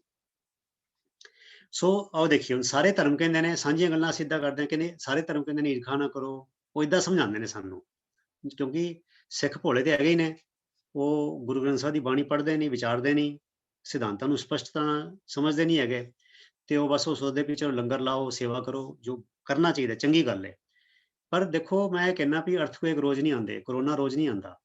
ਜਿਹੜਾ 24 ਘੰਟਾ ਅਸੀਂ ਆਪਣੇ ਆਪ ਨਾਲ ਗੁਜ਼ਾਰਦੇ ਹਾਂ, ਆਪਣੇ ਪਰਿਵਾਰ 'ਚ ਗੁਜ਼ਾਰਦੇ ਹਾਂ, ਦੁਕਾਨ ਤੇ ਗੁਜ਼ਾਰਦੇ ਹਾਂ, ਖੇਤਾਂ 'ਚ ਗੁਜ਼ਾਰਦੇ ਹਾਂ, ਦੂਜਿਆਂ ਨਾਲ ਇੰਟਰੈਕਟ ਕਰਦੇ ਹਾਂ, ਉਸ ਵੇਲੇ ਸਾਡੇ ਦਿਮਾਗ ਵਿੱਚ ਕੀ ਚੱਲ ਰਿਹਾ ਹੈ? ਉਸ ਵੇਲੇ ਅਸੀਂ ਕਿੱਦਾਂ ਸੋਚਦੇ ਹਾਂ? ਸਾਡੀ ਜਿਹੜੀ ਕਿਸੇ ਘਟਨਾ ਹੈ, ਕੋਈ ਗੱਲ ਹੈ, ਉਹਨੂੰ ਅਸੀਂ ਕਿਵੇਂ ਰਿਸਪੌਂਡ ਕਰਦੇ ਹਾਂ? ਇਹ ਉੱਧਰੋਂ ਪਤਾ ਲੱਗਦਾ ਹੈ ਕਿ ਅਸੀਂ ਆਪਣੇ ਧਰਮ ਨਾਲ ਕਿਸ ਹੱਦ ਤੱਕ ਜਾਂ ਕਿਸ ਸਪਸ਼ਟਤਾ ਨਾਲ ਜੁੜੇ ਹੋਏ ਹਾਂ, ਅਸੀਂ ਕਿਵੇਂ ਰਿਐਕਟ ਕਰਦੇ ਹਾਂ ਕਿਸੇ ਚੀਜ਼ ਦੇ ਨਾਲ। ਸੋ ਹੁਣ ਦੇਖੋ ਕਿਹਾ ਜਾਂਦਾ, ਦੇਖੋ ਜੀ ਸਾਰੇ ਬਾਈਬਲ ਵੀ ਕਹਿੰਦੀ ਈਰਖਾ ਨਾ ਕਰੋ, ਆਪਣਾ ਹਿੰਦੂ ਧਰਮ ਵੀ ਕਹਿੰਦਾ ਈਰਖਾ ਨਾ ਕਰੋ, ਗੁਰੂ ਸਾਹਿਬ ਵੀ ਕਹਿੰਦੇ ਈਰਖਾ ਨਾ ਕਰੋ, ਚੋਰੀ ਨਾ ਕਰੋ, ਸਾਰੇ ਕਹਿੰਦੇ ਚੋਰੀ ਨਾ ਕਰੋ, ਬੁਰਾ ਵਰਤਾਓ ਨਾ ਕਰੋ, ਸਾਰੇ ਕਹਿੰਦੇ ਬੁਰਾ ਵਰਤਾਓ ਨਾ ਕਰੋ, ਕਿਸੇ ਨਾਲ ਧੋਖਾ ਨਾ ਕਰੋ। ਹੁਣ ਮੈਂ ਇੱਥੇ ਇਹ ਕਹਿਣਾ ਚਾਹੁੰਦਾ ਹਾਂ ਕਿ ਤੁਸੀਂ ਇੱਕ ਰਾਹ ਜਾਂਦੇ ਚੌਂਕ ਤੇ ਕਿਸੇ ਬੰਦੇ ਨੂੰ, ਜਿਹੜੇ ਬੰਦੇ ਨੇ ਕਦੀ ਸਕੂਲ ਦਾ ਗੇਟ ਵੀ ਨਾ ਦੇਖਿਆ ਹੋਵੇ, ਕਦੀ ਕਿਤਾਬ ਵੀ ਨਾ ਪੜ੍ਹੀ ਹੋਵੇ, ਕਿਸੇ ਰਿਕਸ਼ੇ ਵਾਲੇ ਨੂੰ, ਕਿਸੇ ਮਜ਼ਦੂਰ ਨੂੰ ਕਹੋ ਭਾਈ ਤੂੰ ਜ਼ਿੰਦਗੀ ਜੀਣ ਦੀਆਂ ਵਧੀਆ ਦੀਆਂ ਕੋਈ 4-5 ਗੱਲਾਂ ਦੱਸ ਸਕਦਾ ਹੈ? ਕਿਸੇ ਵੀ ਨੂੰ ਪੁੱਛ ਲਓ, ਉਹ ਵੀ ਕਹੇਗਾ ਹਾਂਜੀ ਸਰਦਾਰ ਜੀ, ਮਿੱਠਾ ਬੋਲਣਾ ਚਾਹੀਦਾ ਹੈ, ਹਨਾ, ਕਿਸੇ ਨਾਲ ਕੌੜਾ ਨਹੀਂ ਬੋਲਣਾ ਚਾਹੀਦਾ, ਚੋਰੀ ਨਹੀਂ ਕਰਨੀ ਚਾਹੀਦੀ, ਉਹ 4-5 ਗੱਲਾਂ ਤੇ ਉਹ ਵੀ ਬਣਾ ਦੇਗਾ। ਤੇ ਅਗਲੀ ਗੱਲ ਇਹ ਹੈਗੀ ਹੈ, ਤੇ ਇਹ ਗੱਲ ਤੇ ਕੋਈ ਬਹੁਤ ਵੱਡੀ ਗੱਲ ਨਹੀਂ ਹੈਗੀ, ਤੇ ਹਰ ਕੋਈ ਜਾਣਦਾ ਹੈਗਾ। ਇਸ ਦੇਸ਼, ਇਸ ਧਰਤੀ ਤੇ ਬੜੇ ਬੰਦੇ ਐਸੇ ਨੇ ਜੋ ਐਗਨੋਸਟਿਕ ਹੈਗੇ ਨੇ, ਜਿਹੜੇ ਰੱਬ ਦੇ ਬਾਰੇ ਦੁਚਿੱਤੀ ਚ ਹੈਗੇ ਨੇ, ਬੜੇ ਕਮਿਊਨਿਸਟ ਹੈਗੇ ਨੇ ਜਿਹੜੇ ਕਹਿੰਦੇ ਅਸੀਂ ਰੱਬ 'ਚ ਵਿਸ਼ਵਾਸ ਨਹੀਂ ਕਰਦੇ, ਬੜੇ ਐਥੀਸਟ ਹੈਗੇ ਨੇ ਜਿਹੜੇ ਕਹਿੰਦੇ ਰੱਬ ਐਗਜ਼ਿਸਟ ਹੀ ਨਹੀਂ ਕਰਦਾ। ਤੇ ਕੀ ਉਹ ਸਾਰੇ ਬੰਦੇ ਈਰਖਾਲੂ ਹੁੰਦੇ ਨੇ? ਕੀ ਉਹ ਸਾਰੇ ਬੰਦੇ ਚੋਰ ਹੁੰਦੇ ਨੇ? ਕੀ ਉਹ ਸਾਰੇ ਦੂਜਿਆਂ ਨਾਲ ਬੁਰਾ ਵਰਤਾਵ ਕਰਦੇ ਨੇ? ਕੀ ਉਹ ਸਾਰੇ ਧੋਖੇਬਾਜ਼ ਹੁੰਦੇ ਨੇ? ਇਸ ਤਰ੍ਹਾਂ ਤੇ ਬਿਲਕੁਲ ਵੀ ਨਹੀਂ ਹੈਗਾ। ਤੁਸੀਂ ਦੇਖੋ, ਬਲਕਿ ਇੰਡੀਆ ਵਿੱਚ ਤੇ ਮੈਂ ਇਹ ਕਹਾਂਗਾ, ਹੋ ਸਕਦਾ ਕਈ ਬੰਦੇ ਮੇਰੇ ਤੋਂ ਐਗਰੀ ਨਾ ਕਰਨ, ਜਿਹੜੇ ਕਾਮਰੇਡ ਨੇ, ਉਹ ਮੈਂ ਨਹੀਂ ਅੱਜ ਤੱਕ ਸੁਣਿਆ ਵੀ ਕਿਸੇ ਕਾਮਰੇਡ ਨੂੰ ਪੈਸੇ ਦੇ ਕੇ ਉਹਨੇ ਦਲ ਬਦਲ ਲਿਆ ਹੋਵੇ। ਉਹ ਤੇ ਬਲਕਿ ਬੜੇ ਕਮਿਟਡ ਹੈਗੇ ਨੇ, ਬੜੇ ਹਾਰਡ ਵਰਕਿੰਗ ਹੈਗੇ ਨੇ, ਬੜਾ ਪੜ੍ਹਦੇ ਹੈਗੇ ਨੇ, ਆਪਣੀ ਪਾਰਟੀ ਨਾਲ ਬੜੇ ਕਮਿਟਡ ਹੈਗੇ ਨੇ। ਉਹ ਕਦੀ ਪੈਸੇ ਲੈ ਕੇ, ਕਰੋੜ ਲੈ ਕੇ ਕਦੀ ਆਪਣੀ ਪਾਰਟੀ ਨਹੀਂ ਬਦਲਦੇ, ਜਿੰਨੇ ਆਪਣੇ ਅਕਾਲੀ ਜਾਂ ਕਾਂਗਰਸੀ ਜਾਂ ਜਿਹੜੇ ਇਹ ਬਦਲ ਜਾਂਦੇ ਨੇ, ਜਿਹੜੇ ਆਪਾਂ ਨੂੰ ਧਾਰਮਿਕ ਪਾਰਟੀਆਂ ਵਾਲੇ ਕਹਿੰਦੇ ਨੇ, ਬੀਜੇਪੀ ਵਾਲੇ ਹੋ ਗਏ। ਸੋ ਇਹ ਜਿਹੜੀ ਗੱਲਾਂ ਕਰਨੀਆਂ, ਇਹ ਕੀ ਚੀਜ਼ਾਂ ਹੈਗੀਆਂ ਨੇ? ਆਓ ਦੇਖੀਏ। ਇਹ ਚੀਜ਼ਾਂ ਨੇ ਨੈਤਿਕ ਦੀਆਂ ਗੱਲਾਂ, ਨੈਤਿਕਤਾ ਵੀ ਇਹ ਤੇ ਜਿਹੜੇ ਮਨੁੱਖ ਧਰਮ 'ਚ ਵਿਸ਼ਵਾਸ ਨਹੀਂ ਕਰਦੇ, ਉਹ ਵੀ ਇਹ ਅਸੂਲ ਤੇ ਚੱਲਦੇ ਨੇ। ਜਦੋਂ ਮਨੁੱਖ ਨੇ ਸਮਾਜ ਵਿੱਚ ਰਹਿਣਾ ਸ਼ੁਰੂ ਕੀਤਾ, ਜਦੋਂ ਮਨੁੱਖ ਨੇ ਸਮਾਜ ਵਿੱਚ ਕਬੀਲਾ ਬਣਾਇਆ, ਇਕੱਠੇ ਰਹਿਣਾ ਸ਼ੁਰੂ ਕੀਤਾ, ਤੇ ਕੁਦਰਤੀ ਤੌਰ ਤੇ ਅੱਜ ਤੋਂ 2000 ਸਾਲ ਪਹਿਲੇ, 4000 ਸਾਲ ਪਹਿਲੇ, ਉਸ ਵੇਲੇ ਵੀ ਜਿਹੜੇ ਮੁਖੀ ਸਿਆਣੇ ਹੋਣਗੇ, ਉਹਨਾਂ ਨੇ ਕਿਹਾ ਹੋਏਗਾ ਦੇਖੋ ਜੀ, ਅਸੀਂ ਇਸ ਪਿੰਡ 'ਚ ਇਕੱਠੇ ਰਹਿੰਦੇ ਹਾਂ, ਕੋਈ ਕਿਸੇ ਦੇ ਖੇਤ 'ਚੋਂ ਉਹਦੀ ਫਸਲ ਚੋਰੀ ਨਹੀਂ ਕਰੇਗਾ, ਕੋਈ ਕਿਸੇ ਨਾਲ ਏਦਾਂ ਨਹੀਂ ਕਰੇਗਾ, ਤੇ ਉਹਨਾਂ ਨੇ ਵੀ ਕੋਈ ਨਾ ਕੋਈ ਆਪਣੇ ਨੈਤਿਕ ਅਸੂਲ ਬਣਾਏ ਹੋਣਗੇ। ਸੋ ਅਸੀਂ ਅੱਜ ਸਮਝਦੇ ਹਾਂ ਕਿ ਨੈਤਿਕਤਾ ਤੇ ਧਰਮ ਦਾ ਫਰਕ ਕੀ ਹੈ। ਧਰਮ ਦੀ ਡੈਫੀਨੇਸ਼ਨ, ਧਰਮ ਦਾ ਕੰਪੈਰੀਜ਼ਨ ਅਸੀਂ ਇਹ ਨੈਤਿਕ ਵੈਲਿਊਜ਼ ਲੈ ਕੇ ਨਹੀਂ ਕਰ ਸਕਦੇ। ਹਰ ਇੱਕ ਬੰਦੇ ਨੂੰ ਨੈਤਿਕ ਹੋਣਾ ਚਾਹੀਦਾ, ਚਾਹੇ ਉਹ ਧਾਰਮਿਕ ਹੈ, ਚਾਹੇ ਨਹੀਂ ਹੈ। ਆਓ ਅੱਗੇ ਚਲੀਏ। ਹੁਣ ਜਿੱਦਾਂ ਐਗਜ਼ਾਮਪਲ ਲੈ ਲਈ, despite lot of similarities, constitutions of a democracy and a dictatorship are entirely different. ਭਾਵੇਂ ਬੜੀਆਂ ਸਾਰੀਆਂ ਗੱਲਾਂ ਸਿਮਿਲਰ ਹੋਣਗੀਆਂ ਕਿਸੇ ਵੀ ਡੈਮੋਕ੍ਰੇਸੀ ਵਿੱਚ ਤੇ ਡਿਕਟੇਟਰਸ਼ਿਪ ਵਿੱਚ, ਠੀਕ ਹੈ ਨਾ? ਤੇ ਉੱਥੇ ਵੀ ਇਕੋਨਮੀ ਚੱਲਦੀ ਹੈ, ਉੱਥੇ ਵੀ ਸਾਇੰਸ ਹੈਗੀ ਹੈ, ਟੈਕਨੋਲੋਜੀ ਹੈ, ਉੱਥੇ ਵੀ ਸਕੂਲ ਚੱਲਦੇ ਨੇ, ਉੱਥੇ ਵੀ ਚਾਰਲਸ ਲਾ, ਬੋਇਲਸ ਲਾ, ਯੂਕਲਿਡ ਥਿਓਰਮ, ਪਾਇਥਾਗੋਰਸ ਥਿਓਰਮ ਸਭ ਜਗ੍ਹਾ ਪੜ੍ਹਾਈ ਜਾਂਦੀ ਹੈ। ਪਰ ਉਹਨਾਂ ਦੇ ਕਨਸਟੀਟਿਊਸ਼ਨਸ ਵਿੱਚ, ਉਹਨਾਂ ਦੇ ਜਿਹੜੇ ਹਿਊਮਨ ਰਾਈਟਸ ਵਿੱਚ ਹੈਗੇ ਨੇ, ਉੱਥੇ ਕਿੰਨੀ ਫਰੀडम ਆਫ ਸਪੀਚ ਹੈਗੀ ਹੈ, ਫਰੀडम ਆਫ ਐਕਸਪ੍ਰੈਸ਼ਨ ਹੈਗਾ, ਹੋਰ ਕਿੰਨੀਆਂ ਸਾਰੀਆਂ ਗੱਲਾਂ ਨੇ, ਉਹਨਾਂ 'ਚ ਬਹੁਤ ਜ਼ਿਆਦਾ ਫਰਕ ਹੁੰਦਾ ਹੈ। ਇਸ ਕਰਕੇ ਅਸੀਂ ਕੁਝ ਕਾਮਨ ਗੱਲਾਂ ਲੈ ਕੇ ਦੋ ਧਰਮਾਂ ਦਾ ਕੰਪੈਰੀਜ਼ਨ ਨਹੀਂ ਕਰ ਸਕਦੇ। ਇਸ ਕਰਕੇ ਇਸ ਗੱਲ ਤੋਂ ਬਚਣਾ ਹੈ ਕਿ ਇਹ ਈਰਖਾ ਨਾ ਕਰੋ, ਮਿੱਠਾ ਬੋਲੋ, ਚੋਰੀ ਨਾ ਕਰੋ, ਇਹ ਗੱਲਾਂ ਨੂੰ ਆਧਾਰ ਬਣਾ ਕੇ ਧਰਮਾਂ ਦਾ ਤੁਲਨਾ ਨਹੀਂ ਕੀਤੀ ਜਾ ਸਕਦੀ। ਇਹ ਗੱਲਾਂ ਜਿਹੜੇ ਸੁਣ ਰਹੇ ਨੇ, ਇਹ ਗੱਲਾਂ ਨੂੰ ਕਿਰਪਾ ਕਰਕੇ ਨੋਟ ਕਰੀ ਜਾਓ, ਤੇ ਜਦੋਂ ਇਦਾਂ ਦੀ ਗੱਲਾਂ ਕੀਤੀਆਂ ਜਾਣ, ਉਹਨਾਂ ਦਾ ਖੰਡਨ ਕਰਨਾ ਚਾਹੀਦਾ ਹੈ ਤੇ ਸਮਝਾਉਣਾ ਚਾਹੀਦਾ ਹੈ ਕਿਸ ਤਰ੍ਹਾਂ। ਆਓ ਦੇਖੀਏ। ਸੋ ਧਰਮ ਦੀ ਪਛਾਣ ਕਿੱਦਾਂ ਹੁੰਦੀ ਹੈ? ਇਹ ਦੋ ਗੱਲਾਂ ਨੋਟ ਕਰ ਲਓ। ਪਹਿਲੀ ਗੱਲ ਹੈ ਕਿ ਉਸ ਧਰਮ ਵਿੱਚ ਰੱਬ ਦਾ ਸਰੂਪ ਕੀ ਹੈ, ਕਨਸੈਪਟ ਆਫ ਗੋਡ ਕੀ ਹੈ, ਉਸ ਧਰਮ ਨੇ ਧਰਮ ਦਾ ਕੀ ਕਨਸੈਪਟ ਦਿੱਤਾ ਹੈ, ਠੀਕ ਹੈ ਜੀ। ਤੇ ਅਗਲੀ ਗੱਲ ਹੈ, ਉਸ ਧਰਮ ਦੇ ਮੁਤਾਬਕ ਜੀਵਨ ਦਾ ਮਨੋਰਥ ਕੀ ਹੈ। ਇਹ ਦੋ ਗੱਲਾਂ ਨੇ। ਹੁਣ ਇੱਥੇ ਮੈਂ ਰੁਕਣਾ ਚਾਹਾਂਗਾ ਥੋੜਾ ਜਿਹਾ, ਤੇ ਇਹ ਗੱਲ ਦੇਖ ਲਈਏ। ਸਿਰਫ ਤੇ ਸਿਰਫ ਅਕਾਲ ਪੁਰਖ ਦਾ ਜੋ ਕਨਸੈਪਟ ਨਿਰਭਉ ਤੇ ਨਿਰਵੈਰ ਦਾ ਹੈ, ਨਿਰਭਉ ਤੇ ਨਿਰਵੈਰ ਦਾ, ਉਹ ਸਿਰਫ ਤੇ ਸਿਰਫ ਗੁਰੂ ਨਾਨਕ ਪਾਤਸ਼ਾਹ ਨੇ ਦਿੱਤਾ ਹੈ, ਹੋਰ ਕਿਸੇ ਨੇ ਨਹੀਂ ਦਿੱਤਾ। ਜਿੱਦਾਂ ਕ੍ਰਿਸਚੈਨਿਟੀ ਦਾ ਜੋ ਰੱਬ ਹੈ, ਉਹ ਹੀ is the God of chosen people. ਚੋਜ਼ਨ people ਸਮਝਦੇ ਹੋ ਕਿ ਸਾਰਿਆਂ ਦਾ ਰੱਬ, ਸਾਂਝਾ ਰੱਬ ਨਹੀਂ ਹੈਗਾ। ਉਹ ਕੁਝ ਖਾਸ ਖਿੱਤੇ ਦੇ ਬੰਦਿਆਂ ਦਾ ਰੱਬ ਹੈਗਾ। ਇਸੇ ਤਰ੍ਹਾਂ ਜਿਹੜੇ ਯਹੂਦੀ ਨੇ, ਯਹੂਦੀ ਤੇ ਸਮਝੋ ਕਿ ਜਿੱਦਾਂ ਸਾਡੇ ਬ੍ਰਾਹਮਣ ਨੇ, ਯਹੂਦੀ ਜਿਹੜੇ ਨੇ ਉਹ ਸਾਰੀ ਧਰਤੀ ਦੇ ਬ੍ਰਾਹਮਣ ਨੇ। ਉਹਨਾਂ ਨਾਲ ਰੱਬ ਦਾ ਇੱਕ ਪੈਕਟ ਹੈਗਾ ਕਿ ਉਹ ਕਹਿੰਦੇ ਕਿ ਸਾਰਾ ਸਰਮਾਇਆ, ਧਰਤੀ ਦਾ ਪਾਣੀ, ਧਰਤੀ ਦਾ ਮਿਨਰਲਸ, ਧਰਤੀ ਦਾ ਤੇਲ, ਇਹ ਸਾਰਿਆਂ ਦੀ ਮਲਕੀਅਤ ਦਾ ਜੋ ਮਾਲਿਕ ਹੈਗਾ ਉਹ ਯਹੂਦੀ ਨੇ। ਤੇ ਕਹਿੰਦੇ ਆ ਰੱਬ ਦੇ ਨਾਲ ਉਹਨਾਂ ਦਾ ਕੰਟਰੈਕਟ ਹੈਗਾ। ਉਹ ਏਦਾਂ ਸੋਚਦੇ ਨੇ। ਤੇ ਤੁਸੀਂ ਅੰਦਾਜ਼ਾ ਲਗਾ ਲਓ ਕਿ ਜੇ ਇਹ ਸੋਚ ਉਹਨਾਂ ਦਿਮਾਗ 'ਚ ਰਹੇਗੀ ਤੇ ਪੈਲੇਸਤੀਨ ਦਾ ਮਸਲਾ ਕਦੀ ਵੀ ਹੱਲ ਨਹੀਂ ਹੋ ਸਕਦਾ, ਕਦੀ ਰਹਿੰਦੀ ਦੁਨੀਆ ਤੱਕ ਨਹੀਂ ਹੱਲ ਹੋ ਸਕਦਾ ਜੇ ਉਹ ਇਹ ਸੋਚ ਦੇ ਧਾਰਨੀ ਰਹਿਣਗੇ। ਸੋ ਰੱਬ ਦਾ ਸਰੂਪ ਜਿਹੜਾ ਗੁਰੂ ਸਾਹਿਬ ਨੇ ਕਿਹਾ ਨਿਰਭਉ ਤੇ ਨਿਰਵੈਰ, ਵੀ ਵਾਹਿਗੁਰੂ ਸਾਂਝਾ ਹੈ, he is the God of grace, not the God of chosen people. ਜਿਵੇਂ ਮੁਸਲਮਾਨਾਂ 'ਚ ਵੀ ਇਸ ਤਰ੍ਹਾਂ ਹੀ ਹੈ, ਉਹ ਖੁਦਾ ਜਿਹੜਾ ਹੈ ਉਹ ਕਿਹਨੂੰ ਪਿਆਰ ਕਰਦਾ ਹੈ? ਉਹ ਸਿਰਫ ਮੁਸਲਮਾਨਾਂ ਨੂੰ ਪਿਆਰ ਕਰਦਾ ਹੈ, ਕਾਫਰਾਂ ਨੂੰ ਪਿਆਰ ਨਹੀਂ ਕਰਦਾ। ਇਸੀ ਤਰ੍ਹਾਂ ਈਸਾਈਆਂ ਦਾ ਰੱਬ ਬਿਲੀਵਰਸ ਨੂੰ, ਜਿਹੜੇ ਸਨ ਆਫ ਗੋਡ ਨੂੰ ਮੰਨ ਕੇ ਚੱਲਦੇ ਨੇ, ਉਹਨਾਂ ਨੂੰ ਪਿਆਰ ਕਰਦਾ ਹੈ, ਬਾਕੀਆਂ ਨੂੰ ਪਿਆਰ ਨਹੀਂ ਕਰਦਾ। ਪਹਿਲੀ ਗੱਲ ਤੇ ਹੈਗੀ ਹੈ, ਜੋ ਰੱਬ ਦਾ ਕਨਸੈਪਟ ਹੈਗਾ ਹੈ, ਜੋ ਨਿਰਭਉ ਤੇ ਨਿਰਵੈਰ ਦਾ ਹੈਗਾ, ਉਹ ਸਿਰਫ ਤੇ ਸਿਰਫ ਸਿੱਖੀ ਵਿੱਚ ਹੈਗਾ। ਤੇ ਦੂਜੀ ਗੱਲ ਜੀਵਨ ਦਾ ਮਨੋਰਥ, ਜਿੰਨੇ ਧਰਮ ਨੇ ਉਹ ਸਾਰੇ ਉਧਾਰ ਦੀ ਜ਼ਿੰਦਗੀ ਜੀ ਰਹੇ ਨੇ ਕਿ ਮਰਨ ਤੋਂ ਬਾਅਦ ਬਿਸ਼ਤ ਮਿਲੇਗੀ, ਮਰਨ ਤੋਂ ਬਾਅਦ ਸਵਰਗ ਮਿਲੇਗਾ। ਪਰ ਇਸ ਜੀਵਨ ਦਾ ਕੀ ਕਰਨਾ ਹੈ, ਇਹਦੇ ਬਾਰੇ ਉਹਨਾਂ ਨੂੰ ਕੁਝ ਨਹੀਂ ਪਤਾ। ਉਹ ਇਸੀ ਆਸ ਵਿੱਚ ਜੀ ਰਹੇ ਨੇ ਕਿ ਮਰਨ ਤੋਂ ਬਾਅਦ ਬਿਸ਼ਤ ਜਾਵਾਂਗੇ, ਮਰਨ ਤੋਂ ਬਾਅਦ ਬੈਕੁੰਠ ਜਾਵਾਂਗੇ, ਮਰਨ ਤੋਂ ਬਾਅਦ ਸ਼ਿਵਪੁਰੀ ਜਾਵਾਂਗੇ, ਮਰਨ ਤੋਂ ਬਾਅਦ ਸਵਰਗ ਜਾਵਾਂਗੇ। ਤੇ ਹੁਣ ਤੁਸੀਂ ਇਹ ਅੰਦਾਜ਼ਾ ਲਗਾ ਲਓ ਕਿ ਮੰਨ ਲਓ ਤੁਹਾਡੇ ਘਰ ਕੋਈ, ਜਾਂ ਤੁਸੀਂ ਕੋਈ ਵਰਕਰ ਹੈਗੇ ਹੋ, ਤੁਸੀਂ ਮੰਨ ਲਓ ਇਲੈਕਟ੍ਰੀਸ਼ੀਅਨ ਹੈਗੇ ਹੋ, ਤੁਸੀਂ ਕਿਸੇ ਦੇ ਘਰ ਗਏ, ਉਹਨੇ ਕੋਈ ਕੰਮ ਕਰਾਉਣਾ ਸੀ, ਘਰ ਗਏ, ਤੁਸੀਂ ਉਹ ਸਾਰੀ ਇਨਵੈਸਟੀਗੇਸ਼ਨ ਕੀਤਾ ਤੇ ਕਿਹਾ ਜੀ ਮੈਂ ਸਾਰਾ ਕੁਝ ਠੀਕ ਕਰ ਦਿੰਦਾ ਤੇ 5000 ਰੁਪਇਆ ਖਰਚਾ ਆਏਗਾ। ਤੇ ਉਹ ਬੰਦਾ ਤੁਹਾਨੂੰ ਕਵੇ, ਕਹਿੰਦਾ ਭਾਜੀ ਇਦਾਂ ਕਰਦੇ ਆ ਕਿ ਤੁਸੀਂ ਇਹ ਠੀਕ ਕਰ ਦਿਓ ਤੇ ਮੈਂ ਤੁਹਾਨੂੰ 5 ਲੱਖ ਰੁਪਇਆ ਦੇਵਾਂਗਾ ਮਰਨ ਤੋਂ ਬਾਅਦ। ਤੇ ਕੀ ਤੁਸੀਂ ਇਹ ਡੀਲ ਐਕਸੈਪਟ ਕਰੋਗੇ?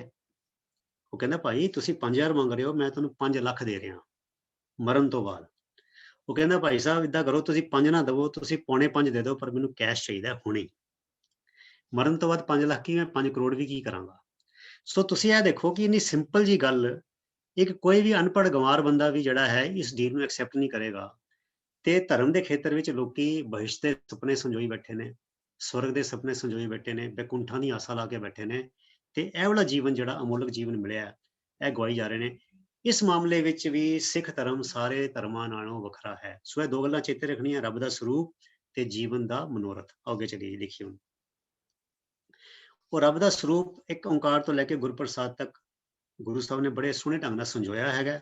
ਸੋ ਨਿਰਭਉ ਨਿਰਵੈਰ ਦੀ ਮੈਂ ਗੱਲ ਦੱਸ ਦਿੱਤੀ ਹੈ ਕਿ God of Christians is not nirvair, Khuda of Islam is not ਨਿਰਵੈਰ। ਤੇ ਹਿੰਦੂਆਂ ਦਾ ਰੱਬ ਤੇ ਨਿਰਵੈਰ ਹੈ ਹੀ ਨਹੀਂ ਕਿਤੇ ਵੀ, ਕੋਈ ਵੀ ਦੇਵੀ ਦੇਵਤਾ ਨਿਰਵੈਰ ਨਹੀਂ ਹੈਗਾ।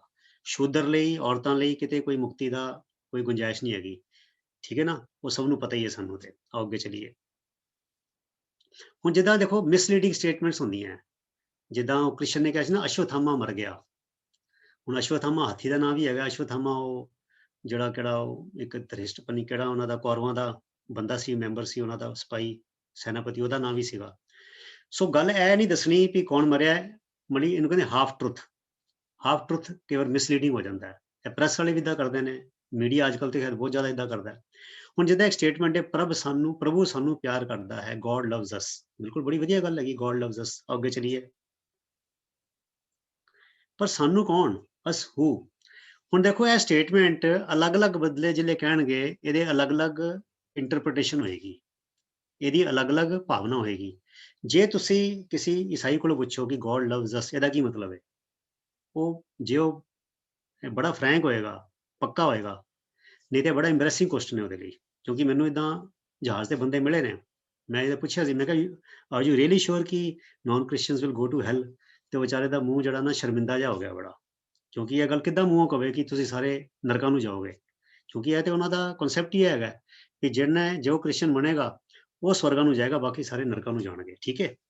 ਸੋ ਜਦੋਂ ਇੱਕ ਈਸਾਈ ਇਹ ਕਹਿੰਦਾ ਹੈ ਕਿ God loves us, it means God loves only Christians, ਠੀਕ ਹੈ। ਜਦੋਂ ਇੱਕ ਮੁਸਲਮਾਨ ਕਹਿੰਦਾ ਹੈ ਖੁਦਾ ਸਾਨੂੰ ਪਿਆਰ ਕਰਦਾ ਹੈ, ਤੇ ਉਹ ਸਾਨੂੰ ਕੌਣ ਹੈ? ਦੈਟ ਸਾਨੂੰ is only momins, it is not momins, non momins ਉਹਦੇ ਵਿੱਚ ਨਹੀਂ ਆਉਂਦੇ।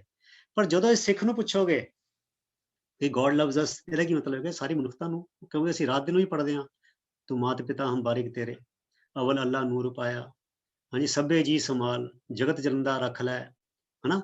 सो ਇਹ ਗੱਲ ਦੇਖੋ ਕਿੰਨੀ ਮਹੱਤਵਪੂਰਨ ਹੈ ਕਿ ਇੱਕ ਸਟੇਟਮੈਂਟ ਜਿਹੜੀ ਹੈ ਗੋਡ ਲਵਸ ਅਸ, ਰੱਬ ਸਾਨੂੰ ਪਿਆਰ ਕਰਦਾ ਹੈ, ਇਹਨੂੰ ਅਲੱਗ-ਅਲੱਗ ਬੰਦੇ ਕਹਿਣਗੇ ਤੇ ਉਹਦੇ ਅਲੱਗ-ਅਲੱਗ ਅਰਥ ਨਿਕਲਣਗੇ। ਇਹਨਾਂ ਗੱਲਾਂ ਨੂੰ ਵੀ ਬਰੀਕੀ ਦੇ ਨਾਲ ਸਮਝਣਾ ਬੜਾ ਜ਼ਰੂਰੀ ਹੈ। ਅੱਗੇ ਚਲੀਏ ਜੀ। ਹੁਣ ਦੇਖੋ ਕਾਫਰਾਂ ਲਈ ਦੋਜ਼ਖ ਹੈਗਾ, ਜਿਹੜੇ ਕਾਫਰ ਨੇ ਮੂਮਨ ਨਹੀਂ ਹੈਗੇ ਉਹ ਦੋਜ਼ਖ ਜਾਣਗੇ। ਮਲੇਛਾਂ ਸ਼ੂਦਰਾਂ ਲਈ ਨਰਕ ਹੈਗਾ। ਹੈਲ ਫॉर ਪੈਗਨਸ, ਪੈਗਨਸ ਹੁੰਦੇ ਨੇ ਜਿਹੜੇ ਕ੍ਰਿਸਚੀਅਨ ਨਹੀਂ ਹੈਗੇ, ਹੈਦਨਸ ਅਨਬਿਲੀਵਰਸ, ਉਹਨਾਂ ਲਈ ਹੈਲ ਹੈਗਾ, they will burn in the fire of ਹੈਲ। ਅੱਗੇ ਚਲੀਏ ਜੀ। ਇਹ ਸਾਫ਼ ਉਹਨਾਂ ਦੇ ਪੁਸਤਕਾਂ, ਹੁਣ ਉਹ ਓਪਨਲੀ ਕਹਿੰਦੇ ਨਹੀਂ ਬਿਕੋਜ਼ ਇਟ ਵਿਲ ਵੈਰੀ ਇੰਬੈਰੈਸਿੰਗ। ਇਹ ਉਦੋਂ ਤੇ ਓਪਨਲੀ ਉਦੋਂ ਤੇ ਕਹਿੰਦੇ ਸੀਗੇ, ਅੱਜ ਤੋਂ 200 ਸਾਲ ਪਹਿਲੇ 300 ਸਾਲ ਪਹਿਲੇ, ਜਦੋਂ ਯੂਐਨਓ ਨਹੀਂ ਆਇਆ ਸੀਗਾ, ਹਿਊਮਨ ਰਾਈਟਸ ਨਹੀਂ ਆਇਆ ਸੀਗਾ, ਜਦੋਂ ਕੋਈ ਕੀ ਕਹਿੰਦੇ ਆ ਇੰਟਰਨੈਟ ਵੀ ਨਹੀਂ ਸੀਗਾ, ਗਲੋਬਲਾਈਜੇਸ਼ਨ ਵੀ ਨਹੀਂ ਸੀਗਾ, ਕੁਝ ਵੀ ਨਹੀਂ ਸੀਗਾ, ਤਦੋਂ ਤਾਂ ਇਹ ਗੱਲ ਬੜੇ ਧੜੱਲੇ ਨਾਲ ਕਹਿੰਦੇ ਸੀਗੇ। ਅੱਜ ਉਹ ਕਹਿਣ ਵਾਲੀ ਦੀ ਗਿਣਤੀ ਬਹੁਤ ਘਟ ਗਈ ਹੈ। ਹੁਣ ਦੱਬੀ ਆਵਾਜ਼ ਵਿੱਚ ਕਹਿੰਦੇ ਨੇ, ਜਾਂ ਜਿਹੜੇ ਬਹੁਤ ਕੱਟੜ ਨੇ ਉਹ ਕਹਿੰਦੇ ਨੇ। ਪਰ ਆਮ ਬੰਦੇ ਇਸੀ ਕਰਕੇ ਤੁਸੀਂ ਦੇਖੋ ਵੈਸਟਰਨ ਵਰਲਡ ਵਿੱਚ ਚਰਚਾਂ ਬੰਦ ਹੋ ਗਈਆਂ ਸਾਰੀਆਂ, ਬਹੁਤ ਚਰਚਾਂ ਬੰਦ ਹੋ ਗਈਆਂ। ਤੁਸੀਂ ਵੈਸਟਰਨ ਵਰਲਡ ਵਿੱਚ ਜਾਓ, ਜ਼ਿਆਦਾਤਰ ਜਿਹੜੇ ਗੁਰਦੁਆਰੇ ਬਣੇ ਨੇ ਉਹ ਵਿਕੀਆਂ ਹੋਈਆਂ ਚਰਚਾਂ ਵਾਲੀ ਥਾਂ ਤੇ ਬਣੇ ਹੋਏ ਨੇ, ਕਿਉਂਕਿ ਉਹਨਾਂ ਦੇ ਆਪਣੇ ਬੰਦੇ ਕਹਿੰਦੇ ਨੇ, ਕਹਿੰਦੇ how can you say that ਕਿ ਬਾਕੀ ਦੁਨੀਆ ਸਾਰੀ ਨਰਕਾਂ ਵਿੱਚ ਹੀ ਜਾਏਗੀ। ਸੋ 400 ਸਾਲ 400 500 ਸਾਲ ਪਹਿਲੇ 400 500 ਸਾਲ ਤੱਕ ਤੇ ਚਰਚ ਦੀ ਤੇ ਸਾਇੰਸ ਦੀ ਬਹੁਤ ਤਗੜੀ ਟੱਕਰ ਰਹੀ ਹੈ। ਗੈਲੀਲੀਓ ਦੀ, ਕੋਪਰਨਿਕਸ ਦੀ, ਨਿਊਟਨ ਦੀ, ਆਪਣੇ ਵਿਲੀਅਮ ਹਾਰਵੇ ਦੀ, ਡਾਰਵਿਨ ਦੀ, ਜਿੰਨੇ ਵੀ ਸਾਇੰਟਿਸਟ ਹੋਏ ਨੇ, ਸਾਇੰਸ ਜਿੰਨੀ ਵੀ ਨਿਕਲੀ ਹੈ ਇਹ ਚਰਚ ਨਾਲ ਟੱਕਰ ਚੋਂ ਨਿਕਲੀ ਹੈ। ਸੋ ਗੁਰੂ ਘਰ ਹਰ ਪ੍ਰਾਣੀ ਲਈ ਬੜਾ ਫਰਕ ਹੈ। ਕੋਈ ਮਲੇਛ, ਸ਼ੂਦਰ ਜਾਂ ਕਾਫਰ ਦਾ ਕਨਸੈਪਟ ਸਿੱਖੀ ਵਿੱਚ ਬਿਲਕੁਲ ਨਹੀਂ ਹੈਗਾ। ਠੀਕ ਹੈ। ਜਿਹੜੇ ਬੰਦੇ ਭੁੱਲੜ ਕਈ ਜਾਤ ਪਾਤ ਦੇ ਅਧੀਨ, ਜਿਹਨਾਂ ਨੂੰ ਪਤਾ ਕੁਛ ਨਹੀਂ, ਉਹ ਇੱਕ ਵੇਵ ਦੇ ਵਿੱਚ ਸਿੱਖ ਬਣ ਗਏ ਨੇ, ਜਾਂ ਉਹਨਾਂ ਦਾ ਕੋਈ ਦਾਦਾ ਪੜਦਾਦਾ ਸਿੱਖ ਬਣ ਗਿਆ, ਪਰ ਉਹ ਬਾਣੀ ਨਹੀਂ ਪੜ੍ਹਦੇ, ਵਿਚਾਰਦੇ ਨਹੀਂ ਹੈਗੇ, ਤੇ ਕੋਈ ਜਾਤ ਪਾਤ ਦੀਆਂ ਊਚ ਨੀਚ ਦੀਆਂ ਗੱਲਾਂ ਕਰਦੇ ਨੇ, ਤੇ ਭੁਲੇਖੇ ਵਿੱਚ ਹੈਗੇ ਨੇ। ਉਹਨਾਂ ਦੇ ਰਾਹੀਂ ਅਸੀਂ ਕੋਈ ਇਹ ਗੱਲ ਨਹੀਂ ਕਹਿ ਸਕਦੇ। ਅਸੀਂ ਇਹ ਗੱਲਾਂ ਦੀ ਪੁਸ਼ਟੀ ਕਿੱਦਾਂ ਕਰਾਂਗੇ ਕਿ ਜਿਹੜੇ ਧਾਰਮਿਕ ਗ੍ਰੰਥ ਨੇ, ਜਿਹਨਾਂ ਤੋਂ ਪ੍ਰੇਰਨਾ ਮਿਲਦੀ, ਉਹਨਾਂ 'ਚ ਕੀ ਲਿਖਿਆ। ਸੋ ਸਿੱਖੀ ਵਿੱਚ ਪੈਗਨ, ਹੀਦਨ, ਅਨਬਿਲੀਵਰ, ਮਲੇਛ, ਸ਼ੂਦਰ ਦਾ ਕੋਈ ਵੀ ਕਨਸੈਪਟ ਨਹੀਂ ਹੈਗਾ। ਅੱਗੇ ਚਲੀਏ ਜੀ। ਹੁਣ ਗੁਰਬਾਣੀ ਕਿੱਦਾਂ ਸਮਝਾਉਂਦੀ ਸਾਨੂੰ ਇਹ ਗੱਲਾਂ, ਤੂੰ ਸਾਂਝਾ ਸਾਹਿਬ ਬਾਪ ਹਮਾਰਾ। ਸੋ ਇਹ ਗੱਲਾਂ ਨੂੰ ਕਿਉਂ ਕਿਹਾ ਗੁਰੂ ਸਾਹਿਬ ਨੇ ਦੁਹਰਾਓ, ਸਾਥ ਸਾਥ ਸਿਮਰੋ ਗੋਬਿੰਦ ਦਾ ਕਿਉਂ ਮਤਲਬ ਹੈ? ਕਿਉਂਕਿ ਦੇਖੋ ਕੀ ਹੁੰਦਾ ਕਿ ਜਿਹੜੀ ਮੇਰੀ ਮੂਵਮੈਂਟ ਹੈ, ਜਿਹੜੀ ਮੇਰੀ ਹਲਚਲ ਹੈ, ਜਿਹੜਾ ਮੇਰਾ ਐਕਸ਼ਨ ਹੈ, ਉਹ ਸਾਰਾ ਕਿੱਧਰੋਂ ਚੱਲਦਾ ਹੈ? ਇਹ ਮੇਰੇ ਮਨ ਤੋਂ ਚੱਲਦਾ ਹੈ। ਪਹਿਲੇ ਮੇਰੇ ਮਨ ਵਿੱਚ ਵਿਚਾਰ ਉੱਠਦਾ ਹੈ, ਫਿਰ ਮੈਂ ਬੋਲਦਾ, ਮਨ ਵਿੱਚ ਵਿਚਾਰ ਉੱਠਦਾ ਹੈ, ਫਿਰ ਮੈਂ ਦੇਖਦਾ, ਮਨ ਵਿੱਚ ਵਿਚਾਰ ਉੱਠਦਾ ਹੈ, ਫਿਰ ਮੈਂ ਸੁਣਦਾ, ਮਨ ਵਿੱਚ ਵਿਚਾਰ ਆਉਂਦਾ ਹੈ, ਫਿਰ ਮੇਰੇ ਹੱਥ ਹਰਕਤ ਵਿੱਚ ਆਉਂਦੇ ਨੇ, ਪੈਰ ਹਰਕਤ ਵਿੱਚ ਆਉਂਦੇ ਨੇ।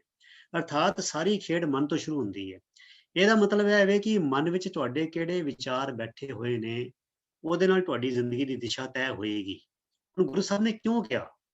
ਕਿਉਂਕਿ ਅਸੀਂ 24 ਘੰਟੇ ਤੇ ਮਾਇਆ ਦੀ ਗੱਲਾਂ ਸੁਣਦੇ ਹਾਂ, 24 ਘੰਟੇ YouTube ਦੇਖਦੇ ਹਾਂ, 24 ਘੰਟੇ ਆਲੇ ਦੁਆਲੇ ਦੀ ਗੱਲਾਂ ਸੁਣਦੇ ਹਾਂ, ਤੇ ਗੁਰੂ ਦੀ ਗੱਲ ਤੇ ਸੁਣਦੇ ਹੀ ਕਦੀ ਨਹੀਂ ਹੈਗੇ। ਕਿ ਗੁਰੂ ਦੀ ਗੱਲ ਸਾਨੂੰ ਉਹ ਥੋੜੀ ਮਤਲਬ ਕਿ ਉਹ ਟੇਸਟਲੈਸ ਲੱਗਦੀ ਹੈ ਨਾ, ਕਿਉਂਕਿ ਸਵਾਦ ਇੰਦਰੀਆਂ ਦਾ ਉਸ ਪਾਸੇ ਪੈ ਚੁੱਕਾ ਹੈ। ਜਿੱਦਾਂ ਭਗਤ ਰਵਿਦਾਸ ਜੀ ਨੇ ਕਿਹਾ, ਇੰਦਰੀ ਸਬਲ ਨਿਬਲ ਵਿਵੇਕ ਬੁੱਧ, ਪਰਮਾਰਥ ਪ੍ਰਵੇਸ਼ ਨਹੀਂ। ਪਰਮਾਰਥ ਵਿੱਚ ਪ੍ਰਵੇਸ਼ ਕਿਉਂ ਨਹੀਂ ਹੋ ਰਿਹਾ?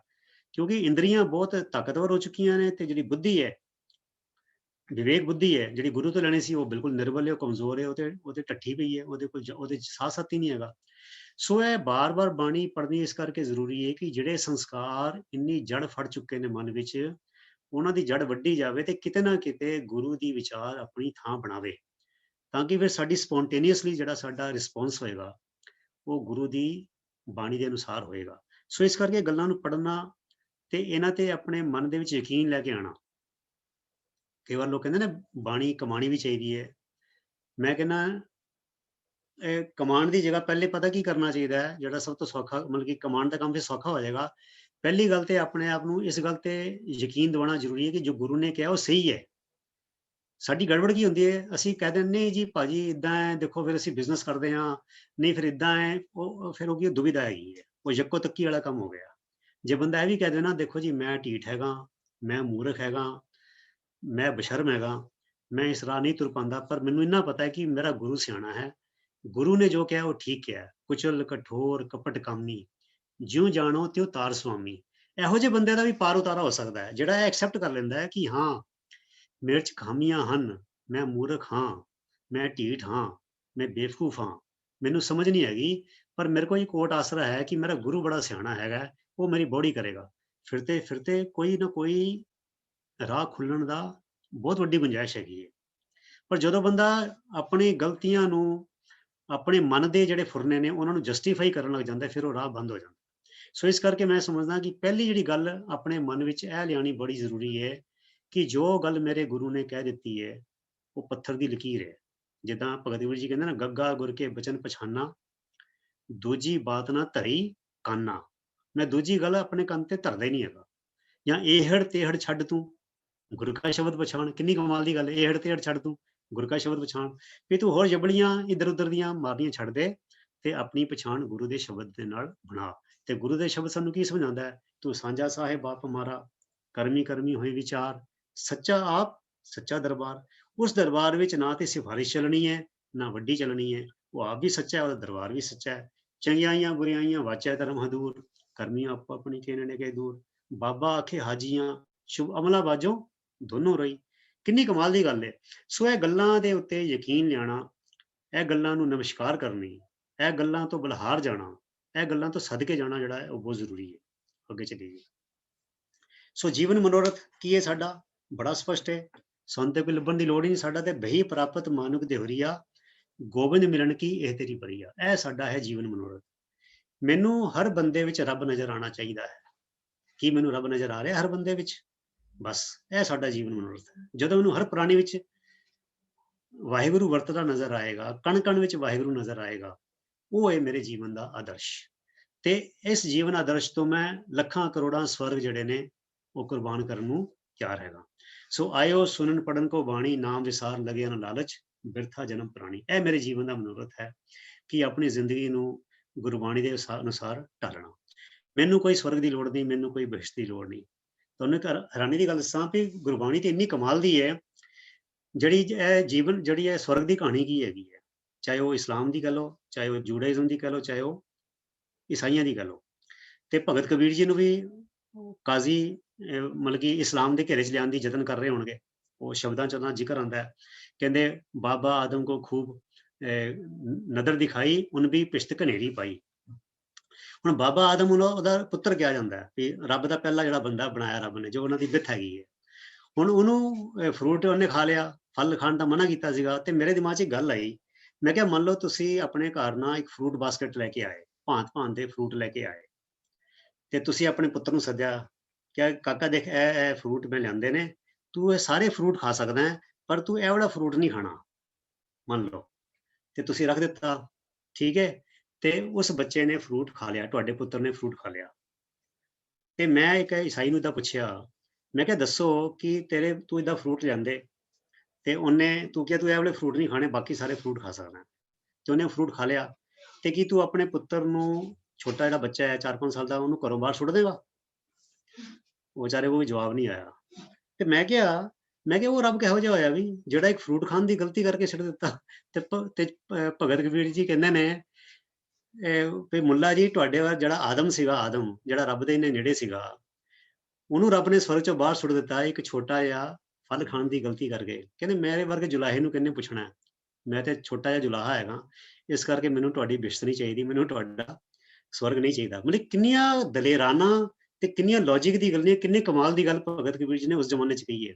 ਪਰ ਅੱਜ ਮੈਂ ਜਿਹੜੇ ਉਹ ਬਾਣੀ ਪੜ੍ਹਦੇ ਹਾਂ ਤੇ ਸਾਨੂੰ ਪਤਾ ਲੱਗਦੀ ਹੈ, ਮੈਂ ਅੱਜ ਤੱਕ ਕਿਸੇ ਕਥਾਵਾਚਕ ਕੋ ਨਹੀਂ ਸੁਣੀ, ਇੰਨੀਆਂ ਕਮਾਲ ਦੀਆਂ ਹੋ ਰਿਹਾ ਗੱਲਾਂ, ਸਾਨੂੰ ਇਹ ਬਾਹਰ ਲੈ ਕੇ ਆਉਣੀ ਚਾਹੀਦੀਆਂ। ਅੱਜ ਤੇ ਇਹ ਪੂਰੇ ਵਰਲਡ ਪਲੇਟਫਾਰਮ ਤੇ ਗੱਲਾਂ ਕਰਨ ਦੀ ਲੋੜ ਹੈਗੀ ਹੈ, ਕਿਉਂਕਿ ਮੈਂ ਸਮਝਦਾ ਕਿ ਇਹ ਬਹਿਸ਼ਤ, ਸਵਰਗ, ਬੈਕੁੰਠ ਧਰਮ ਦੇ ਨਾਮ ਦੀ ਸਭ ਤੋਂ ਵੱਡੀ ਠੱਗੀ ਹੈ, ਸਭ ਤੋਂ ਵੱਡੀ ਠੱਗੀ। ਇਸ ਤੋਂ ਵੱਡੀ ਠੱਗੀ ਕੋਈ ਨਹੀਂ ਹੋ ਸਕਦੀ ਵੀ ਤੁਸੀਂ ਇਹ ਜ਼ਿੰਦਗੀ ਨਰਕਾਂ ਵਿੱਚ ਗੁਜ਼ਾਰੋ, ਜਿੱਦਾਂ ਦੇ ਹੈਗੇ ਹੋ, ਮਤਲਬ ਕਿ ਆਪਣੇ ਭਾਗ ਸਮਝ ਕੇ ਜਿੱਦਾਂ ਦੇ ਹੈਗੇ ਹੋ ਉੱਦਾਂ ਦੀ ਸਾਹ ਖਤਮ ਕਰ ਲਓ ਆਪਣੇ, ਤੇ ਤੁਹਾਨੂੰ ਮਰਨ ਤੋਂ ਬਾਅਦ ਸਵਰਗ ਦੇਵਾਂਗੇ, ਜਿਹਦਾ ਕੁਝ ਪਤਾ ਨਹੀਂ ਹੈਗਾ। ਸੋ ਇਹ ਜਿਹੜੀ ਚੀਜ਼ ਹੈ ਇਹਦੇ ਬਾਰੇ ਸਾਨੂੰ ਬੜਾ ਸਪਸ਼ਟ ਹੋਣਾ ਚਾਹੀਦਾ ਹੈ ਕਿ ਦੇਖੋ ਨਾ, ਗੁਰੂ ਸਾਹਿਬ ਨੇ ਕਿੰਨਾ ਕਿਹਾ, ਜਿੱਥੋਂ ਕਿੱਥੋਂ ਉਪਜਿਆ ਕਹਿ ਰਿਹਾ ਹੈ ਕਿ ਮਾਹਿ ਸਮਾਵੇ, ਜੀ ਜਨ ਸਭ ਖਸਮ ਕੇ ਕੌਣ ਕੀਮਤ ਪਾਵੇ। ਅਸੀਂ ਨਹੀਂ ਦੱਸ ਸਕਦੇ, ਮੈਨੂੰ ਵੀ ਨਹੀਂ ਪਤਾ ਮਰਨ ਤੋਂ ਬਾਅਦ ਕੀ ਹੋਣਾ, ਪਰ ਮੈਨੂੰ ਇੰਨਾ ਪਤਾ ਹੈ ਕਿ ਜੇ ਮੇਰਾ ਪਰਲੋਕ ਤਾਂ ਹੀ ਸੰਵਰੇਗਾ ਜੇ ਲੋਕ ਸੰਵਰੇਗਾ, ਠੀਕ ਹੈ ਨਾ। ਜਿਹੜੀ ਕੁੜੀ ਚੱਜ ਅਚਾਰ ਪੇਕੇ ਘਰ ਵਿੱਚ ਸਿੱਖ ਕੇ ਜਾਂਦੀ ਹੈ, ਉਹੀ ਕੁੜੀ ਜਿਹੜੀ ਹੈ ਉਹ ਸਹੁਰੇ ਜਾ ਕੇ ਸੁਖੀ ਵਸਦੀ ਹੈ, ਤੇ ਜਿਹਨੇ ਚੱਜ ਅਚਾਰ ਆਪਣੇ ਪੇਕੇ ਘਰ 'ਚ ਨਹੀਂ ਸਿੱਖਿਆ, ਉਹ ਸਹੁਰੇ ਜਾ ਕੇ ਕਿੱਦਾਂ ਸੁਖੀ ਵਸੇਗੀ। ਸੋ ਜਿਹੜੇ ਬੰਦੇ ਨੇ ਲੋਕ ਨਹੀਂ ਸਵਾਰਿਆ, ਪਰਲੋਕ ਕਿੱਦਾਂ ਸਵਾਰੇਗਾ। ਸੋ ਉਹ ਤੇ ਬਾਅਦ ਦੀ ਗੱਲ ਹੈਗੀ ਹੈ। ਇਹਨੂੰ ਮੈਂ ਏਦਾਂ ਵੀ ਕਹਿ ਸਕਦੇ ਹਾਂ, ਸ਼ਾਰਟ ਟਰਮ ਫਿਊਚਰ ਜਾਂ ਲੌਂਗ ਟਰਮ ਫਿਊਚਰ। ਮਤਲਬ ਕਿ ਅੱਜ ਕੱਲ ਮੇਰਾ ਕੀ ਹੈ, ਅੱਜ ਮੇਰਾ ਲੋਕ ਹੈ, ਕੱਲ ਮੇਰਾ ਪਰਲੋਕ ਹੈ, ਅਸੀਂ ਇਦਾਂ ਵੀ ਕਹਿ ਸਕਦੇ ਹਾਂ। ਸੋ ਜੇ ਮੈਂ ਅੱਜ ਪੜ੍ਹਾਈ ਕਰਾਂਗਾ ਤੇ ਕੱਲ ਮੇਰੇ ਨੰਬਰ ਵਧੀਆ ਆਣਗੇ, ਮੈਂ ਅੱਜ ਮਿਹਨਤ ਕਰਾਂਗਾ ਤੇ ਅੱਗੇ ਮੈਂ ਕਾਮਯਾਬ ਹੋਵਾਂਗਾ, ਅੱਜ ਜੇ ਮੈਂ ਵਰਜਿਸ਼ ਕਰਾਂਗਾ ਤੇ ਕੱਲ ਮੇਰੀ ਸਿਹਤ ਵਧੀਆ ਹੋਏਗੀ। ਤੇ ਇਸੇ ਤਰ੍ਹਾਂ ਇਸ ਜੀਵਨ ਵਿੱਚ ਜੇ ਮੈਂ ਕੋਈ ਚੰਗਾ ਸਾਰਥਕ ਕੰਮ ਕਰਾਂਗਾ ਤਾਂ ਹੀ ਤੇ ਮੇਰਾ ਅਗਲਾ ਭਵਿੱਖ ਜਿਹੜਾ ਹੈਗਾ, ਚਾਹੇ ਉਹ ਰਹਿੰਦੇ ਮੇਰੇ ਸਵਾਸ ਵਾਲਾ ਜੀਵਨ ਹੈਗਾ ਜਾਂ ਮਰਨ ਤੋਂ ਬਾਅਦ ਵਾਲਾ ਜੀਵਨ ਹੈ, ਉਹ ਤਾਂ ਹੀ ਵਧੀਆ ਹੋਏਗਾ ਨਾ। ਸੋ ਅਸਲੀ ਗੱਲ ਤੇ ਹੈਗੀ ਹੈ ਕਿ ਅਸੀਂ ਆਪਣੇ ਪ੍ਰੈਜ਼ੈਂਟ ਨੂੰ ਸਵਾਰੀਏ ਜੋ ਸਾਡੇ ਸਾਹਮਣੇ ਹੈ, ਅੱਗੇ ਚਲੀਏ ਜੀ। ਸੋ ਨਿਆਰੀ ਸਿੱਖੀ ਕਿ ਸਵਰਗਾਂ ਦਾ ਲਾਲਚ ਨਹੀਂ ਤੇ ਨਰਕਾਂ ਦਾ ਡਰ ਨਹੀਂ। ਬੜੇ ਸਾਰੇ ਉਦਾਹਰਣ ਨੇ, ਮੈਂ ਸਿਰਫ 2 ਉਦਾਹਰਣ ਲੈ ਰਿਹਾ ਇਹ ਚੋਂ। ਕਵਨ ਨਰਕਿਆ ਸੁਰਗ ਵਿਚਾਰਾ ਸੰਤਨ ਦੋ ਰਾਧੇ, ਰੱਦ ਕਰ ਦਿੱਤੇ, ਕਾਟਾ ਮਾਰਤਾ। ਹਮ ਕਾਹੂ ਕੀ ਕਾਣ ਨਾ ਕੱਢਤੇ ਆਪਣੇ ਗੁਰ ਪ੍ਰਸਾਦੇ। ਗੁਰੂ ਦੀ ਕਿਰਪਾ ਸਦਕਾ ਹੁਣ ਮੈਂ ਇਹਨਾਂ ਦੋਨਾਂ ਚੋਂ ਕਿਸੇ ਦੀ ਪਰਵਾਹ ਨਹੀਂ ਕਰਦਾ। ਨਾ ਮੈਨੂੰ ਸਵਰਗਾਂ ਦਾ ਲਾਲਚ ਹੈਗਾ ਤੇ ਨਾ ਹੀ ਮੈਨੂੰ ਨਰਕਾਂ ਦਾ ਡਰ ਹੈ। ਵੈਸੇ 2 ਬੜੇ ਵੱਡੇ ਹਥਿਆਰ ਨੇ, ਲਾਲਚ ਅਤੇ ਡਰ। ਦੇਵੀ ਦੇਵਤੇ ਦੀ ਕਹਾਣੀ ਵੀ ਹੈਗੀ ਹੈ। ਜਿਹੜਾ ਲਾਲਚ ਹੈ ਉਹਦਾ ਕੀ ਰੂਪ ਹੈਗਾ, ਵਰ, ਕਿ ਦੇਵੀ ਦੇਵਤੇ ਕੋਲੋਂ ਕੁਝ ਮੈਨੂੰ ਵਰ ਮਿਲੇਗਾ। ਲਾਲਚ ਕਿ ਮੇਰੀ ਮਿਹਨਤ ਤੇ ਇਲਾਵਾ, ਕਿਰਤ ਕਰਨ ਤੋਂ ਇਲਾਵਾ ਮੈਨੂੰ ਕੁਝ ਐਕਸਟਰਾ ਮਿਲ ਜਾਏ, ਠੀਕ ਹੈ। ਤੇ ਸ਼ਰਾਬ ਕੀ ਹੈਗਾ, ਉਹ ਡਰ ਹੈਗਾ, ਉਹ ਡਰ ਦਾ ਰੂਪ ਹੈਗਾ ਕਿ ਮੇਰੇ ਕੋਲ ਜੋ ਹੈਗਾ ਉਹ ਖੁੱਸ ਨਾ ਜਾਏ, ਜਾਂ ਕੋਈ ਸੱਟ ਫੇਟ ਨਾ ਲੱਗ ਜਾਏ, ਜਾਂ ਕੋਈ ਨੁਕਸਾਨ ਨਾ ਹੋ ਜਾਏ। ਸੋ ਇਹ ਦੋਨੋਂ ਕਹਾਣੀਆਂ ਜਿਹੜੀਆਂ ਨੇ ਸਦਾ ਤੋਂ ਹੀ ਚੱਲਦੀਆਂ ਆਈਆਂ ਤੇ ਇੱਕ ਆਮ ਬੰਦੇ ਨੂੰ ਲਾਲਚ ਦੇ ਕੇ ਜਾਂ ਡਰ ਦੇ ਕੇ ਉਹਨੂੰ ਪੂਰੀ ਤਰ੍ਹਾਂ ਗੁਲਾਮ ਮਾਨਸਿਕ ਤੌਰ ਤੇ ਬਣਾਇਆ ਜਾ ਸਕਦਾ ਹੈ। ਪਰ ਜਿਹੜੇ ਬੰਦੇ ਬਾਣੀ ਪੜ੍ਹਦੇ ਨੇ ਉਹ ਦੋਨੋਂ ਚੀਜ਼ਾਂ ਤੋਂ ਮੁਕਤ ਹੋ ਜਾਂਦੇ ਨੇ। ਸੁਰਗ ਬਾਂਸ ਨਾ ਬਾਛੀਐ, ਡਰੀਏ ਨਾ ਨਰਕ ਨਿਵਾਸ। ਬਾਂਸ ਨਾ ਬਾਛੀਐ, ਬਾਛੀਐ ਮਤਲਬ ਕਿ ਇੱਛਾ ਨਾ ਕਰੀਏ, ਉਹਦੀ ਤਾਂਗ ਰੱਖੀਏ ਹੀ ਨਾ, ਸਾਡਾ ਲੈਣਾ ਦੇਣਾ ਕੋਈ ਨਹੀਂ ਹੈਗਾ।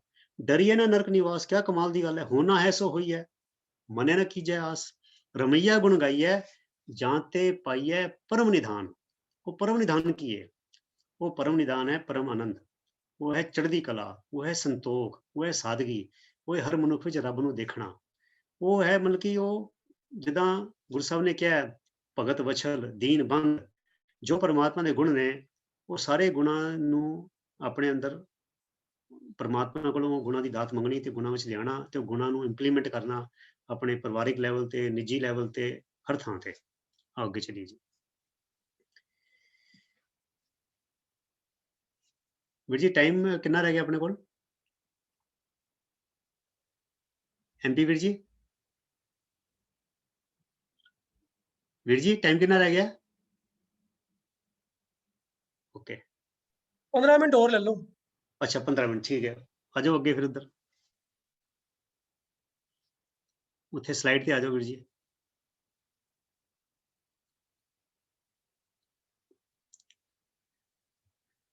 ਵਾਹਿਗੁਰੂ ਵਾਹਿਗੁਰੂ, ਹੋਰ ਅੱਗੇ, ਹੋਰ ਅੱਗੇ, ਇੱਕ ਨੈਕਸਟ।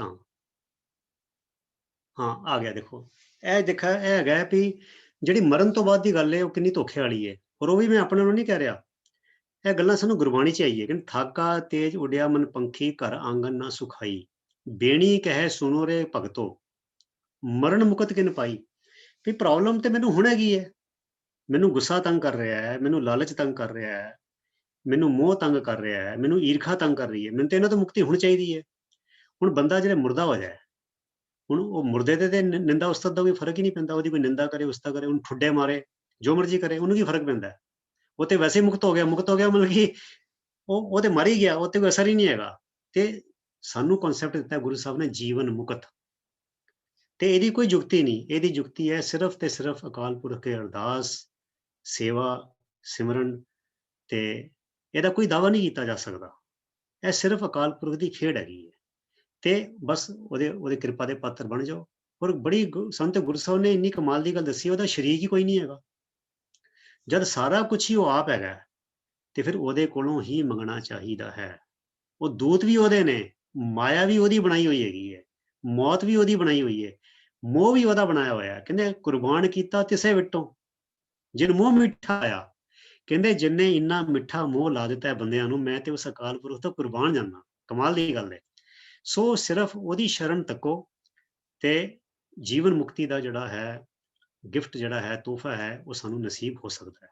ਪਰ ਮੁਕਤੀ ਸਾਨੂੰ ਮਰਨ ਤੋਂ ਬਾਅਦ ਨਹੀਂ ਚਾਹੀਦੀ, ਹੁਣ ਚਾਹੀਦੀ ਹੈ। ਦੇਖੋ ਅੱਗੇ ਹੋਰ ਬੜਾ ਸੋਹਣਾ ਕਹਿੰਦੇ ਨੇ ਭਗਤ ਨਾਮਦੇਵ ਜੀ, ਕੀ ਕਹਿੰਦੇ ਨੇ? ਕਹਿੰਦੇ ਮੂਏ ਹੋਏ ਜੋ ਮੁਕਤ ਦੇਹੋਗੇ, ਮੁਕਤ ਨਾ ਜਾਣੇ ਕੋਲਾ। ਕਹਿੰਦੇ ਫਿਰ ਕਿਸੇ ਨੂੰ ਪਤਾ ਹੀ ਲੱਗਣਾ ਵੀ ਭਗਤ ਨਾਮਦੇਵ ਵੀ ਮੁਕਤ ਹੋ ਗਿਆ। ਕਹਿੰਦੇ ਮੈਨੂੰ ਤੇ ਮੁਕਤ ਹੋਣੀ ਚਾਹੀਦੀ ਹੈ। ਇਹ ਪੰਡਿਆ ਮੋਕੋ ਢੇੜ ਕਹਿਤ ਤੇਰੀ ਪੈਜ ਪਿਛੋਂਡੀ ਹੋਇਲਾ। ਕਹਿੰਦੇ ਵੀ ਤੇਰੀ ਇੱਜ਼ਤ ਜਿਹੜੀ ਹੈ ਤੇਰੇ ਕਰਕੇ ਵੀ ਜੇ ਤੂੰ ਮੇਰੇ ਬਚਾਏਗਾ ਤਾਂ ਉਹਨੇ ਤੇਰੀ ਇੱਜ਼ਤ ਬਣਨੀ ਹੈ। ਜਿਹੜੇ ਪਾਂਡੇ ਹੈਗੇ ਨੇ ਤੇ ਮੈਨੂੰ ਕਹਿੰਦੇ ਵੀ ਇਹ ਤੇ ਕੌਡੀਆਂ ਦੇ ਭਾਅ ਹੈਗਾ ਤੇ ਇਹ ਤੇ ਨੀਵੀਂ ਜਾਤ ਦਾ ਹੈਗਾ।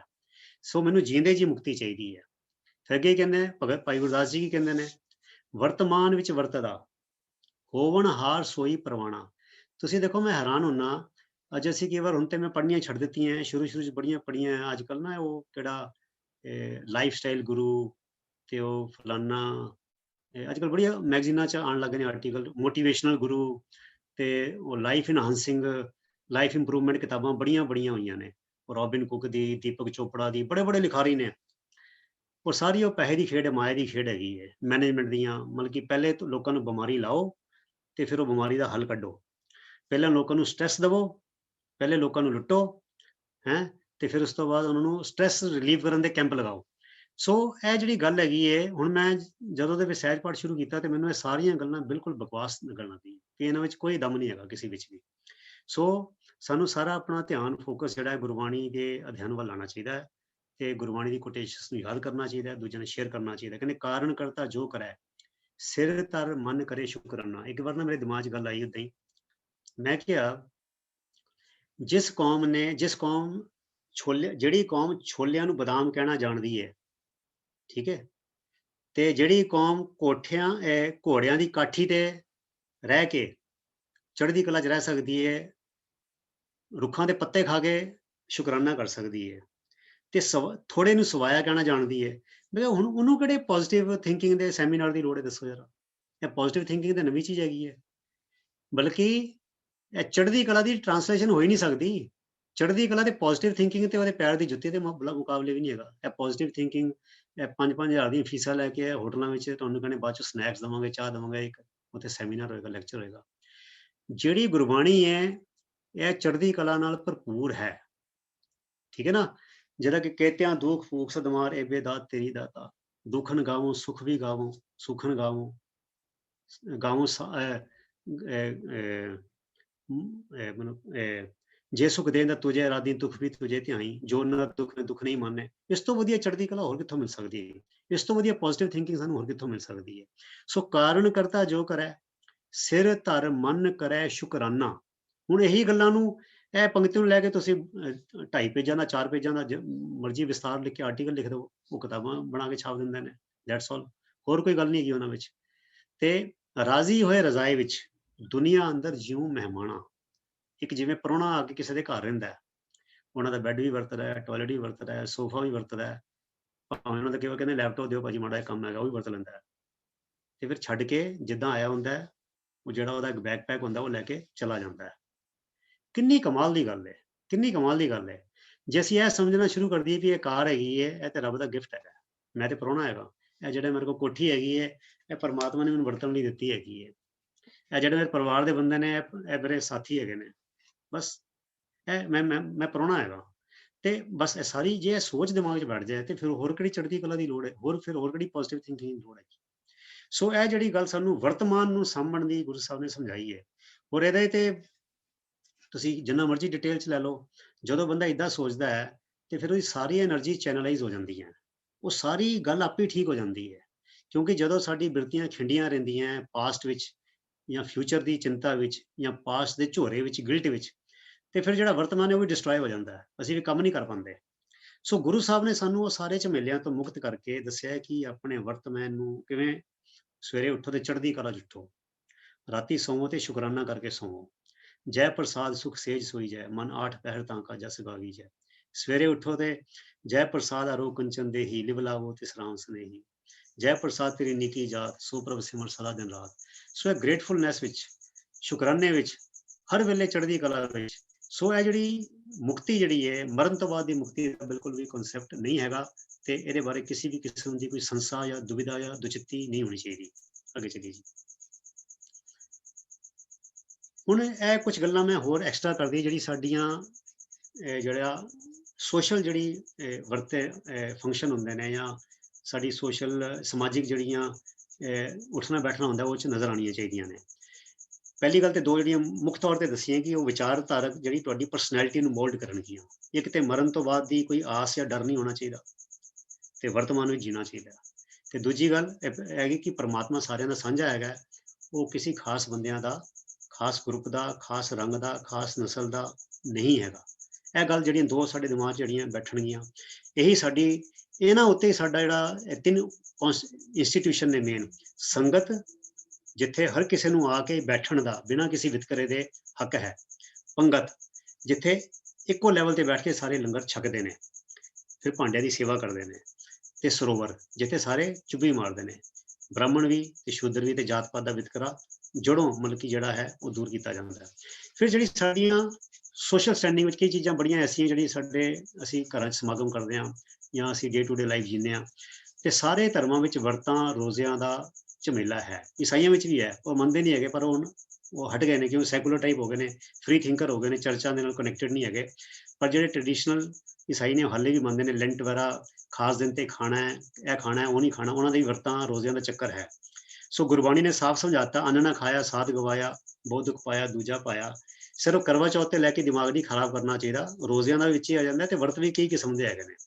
ਸੋ ਅੰਨ ਨਾ ਖਾਣਾ ਮਤਲਬ ਕਿ ਕੋਈ ਕਿਸੇ ਕਿਸਮ ਦਾ ਵਰਤ ਰੱਖਣਾ ਕਿਸੇ ਧਾਰਮਿਕ ਵਿਚਾਰ ਨੂੰ ਜਾਂ ਕੋਈ ਵਹਿਮ ਨੂੰ ਦਿਮਾਗ 'ਚ ਰੱਖ ਕੇ ਕਿ ਇਹ ਰੋਟੀ ਨਾ ਖਾਣ ਦੇ ਨਾਲ ਮੇਰਾ ਇਹ ਕੰਮ ਸਮਰ ਜਾਏਗਾ, ਜਾਂ ਇਹ ਦੇਵੀ ਖੁਸ਼ ਹੋ ਜਾਏਗੀ, ਜਾਂ ਦੇਵਤਾ ਖੁਸ਼ ਹੋ ਜਾਏਗਾ, ਜਾਂ ਇਹ ਵਾਲੀ ਬਲਾ ਟਲ ਜਾਏਗੀ, ਇਹ ਗੱਲਾਂ ਨੂੰ ਧਿਆਨ 'ਚ ਰੱਖ ਕੇ ਇਸ ਤਰ੍ਹਾਂ ਦਾ ਸਾਨੂੰ ਕੁਝ ਕੰਮ ਨਹੀਂ ਕਰਨਾ ਚਾਹੀਦਾ। ਸੋ ਅੰਨ ਨਾ ਖਾਇਆ ਸਾਧ ਗਵਾਇਆ, ਬਹੁਤ ਦੁੱਖ ਪਾਇਆ ਦੂਜਾ ਪਾਇਆ, ਅੰਨ ਨਾ ਖਾਏ ਦੇਹੀ ਦੁੱਖ ਦੀਜੈ, ਬਿਨ ਗੁਰ ਗਿਆਨ ਤ੍ਰਿਪਤ ਨਹੀਂ ਥੀਜੈ। ਅੱਗੇ ਚਲੀਏ ਜੀ।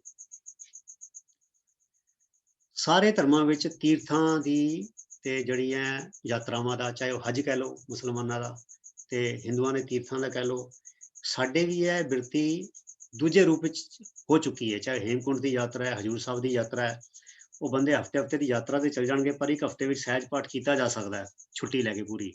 ਜਿੱਦਾਂ ਉਹ ਵੀ ਤੇ ਜੇ ਹਜੂਰ ਸਾਹਿਬ ਜਾਂਦੇ ਨੇ ਉਹ ਵੀ ਤੇ ਛੁੱਟੀ ਲੈ ਕੇ ਜਾਂਦੇ ਨੇ। ਸੋ ਇਹ ਜਿਹੜੀਆਂ ਇਹ ਧਾਰਮਿਕ ਸਥਾਨਾਂ ਤੇ ਜਾਣਾ ਤੇ ਉਹ ਆਪਣੇ ਇਤਿਹਾਸ ਤੋਂ ਜਾਣੂ ਹੋਣਾ, ਪ੍ਰੇਰਨਾ ਲੈਣੀ, ਉੱਥੇ ਬੈਠ ਕੇ ਕੀਰਤਨ ਸੁਣਨਾ, ਸੇਵਾ ਕਰਨੀ, ਉਹ ਗੱਲ ਵੱਖਰੀ ਹੈਗੀ ਹੈ। ਪਰ ਸਿਰਫ ਇਹ ਵਿਜ਼ਿਟ ਫਿਰ ਆ ਕੇ ਸਾਰੇ ਢਿੰਡੋਰਾ ਪਿੱਟਣਾ ਜੀ ਅਸੀਂ ਹਜੂਰ ਸਾਹਿਬ ਹੋ ਕੇ ਆਏ ਹਾਂ, ਅਸੀਂ ਉੱਥੇ ਹੋ ਕੇ ਆਏ ਹਾਂ, ਅਸੀਂ ਉੱਥੇ ਹੋ ਕੇ ਆਏ ਹਾਂ। ਮੈਨੂੰ ਇੱਕ ਸੱਜਣ ਮਿਲੇ ਬੜੀ ਭਾਵਨਾ ਵਾਲੇ, ਕਹਿੰਦੇ ਵੀਰ ਜੀ ਮੈਨੂੰ, ਹੋਰ ਉਹ ਗੱਲ ਮੈਂ ਦੀ ਗੱਲ ਆ ਜਾਂਦੀ, ਕਹਿੰਦੇ ਤੀਰਥ ਜਾਓ ਤਾਂ ਹੋਂ ਕਰਦੇ, ਕਹਿੰਦੇ ਭਾਜੀ ਮੈਂ 30 ਸਾਲ ਹੋ ਗਏ ਨੇ, ਮੈਂ ਬੰਗਲਾ ਸਾਹਿਬ ਦਾ ਇੱਕ ਦਿਨ ਦਾ ਨਾਗਾ ਨਹੀਂ ਪੈਣ ਦਿੱਤਾ। ਮਤਲਬ ਕਿ ਦੇਖੋ ਇਹ ਹੁਣ ਇਹ ਹੋਮੀ ਤੇ ਹੈਗੀ ਹੈ। ਕਹਿੰਦੇ ਪਹਿਲੇ ਸਾਈਕਲ ਤੇ ਜਾਂਦਾ ਸੀ, ਫਿਰ ਸਕੂਟਰ ਤੇ ਜਾਂਦਾ ਸੀ, ਹੁਣ ਕਾਰ ਤੇ ਜਾਂਦਾ। ਦੂਜਾ ਬੰਦਾ ਮਿਲਿਆ, ਕਹਿੰਦੇ ਭਾਜੀ ਰੋਜ਼ 3 ਗੁਰਦੁਆਰੇ ਜਾਈਦਾ, ਪਹਿਲੇ ਨਾਨਕਦੇਵ ਜਾਈਦਾ, ਫਿਰ ਬੰਗਲਾ ਸਾਹਿਬ ਜਾਈਦਾ, ਫਿਰ ਰਕਾਬਗੰਜ ਜਾਈਦਾ, ਤੇ ਹੁਕਮਨਾਮਾ ਕਿਤੇ ਵੀ ਨਹੀਂ ਪੜੀਦਾ। ਖੈਰ ਮਤਲਬ ਇਹ ਗੱਲਾਂ ਬਣੀਆਂ ਹੋਈਆਂ। ਸੋ ਇਹ ਸਾਰੀਆਂ ਜਿਹੜੀਆਂ ਚੀਜ਼ਾਂ ਇਹਨਾਂ ਤੋਂ ਬਚਣਾ ਚਾਹੀਦਾ ਹੈ। ਤੇ ਤੀਰਥ ਨਾਮਣ ਜਾਉ ਤੀਰਥ ਨਾਮ ਹੈ, ਤੀਰਥ ਸ਼ਬਦ ਵਿਚਾਰ ਅੰਤਰ ਗਿਆਨ ਹੈ, ਗੁਰ ਗਿਆਨ ਸਾਚਾ ਥਾਨ ਤੀਰਥ 10 ਪੁਰਬ ਸਦਾ ਦਸਾਹਰਾ, ਹੋ ਨਾਮ ਹਰ ਕਾ ਸਦਾ ਜਾਚੋ, ਦੇਹ ਪ੍ਰਭ ਧਰਣੀ ਤਰਾ, ਸੰਸਾਰ ਰੋਗੀ ਨਾਮ ਦਾਰੂ, ਮੈਲ ਲਾਗੇ ਸੱਚ ਬਿਨਾ, ਗੁਰਵਾਕ ਨਿਰਮਲ ਸਦਾ ਚਾਨਣ, ਨਿਤ ਸਾਚ ਤੀਰਥ ਮਜਣਾ।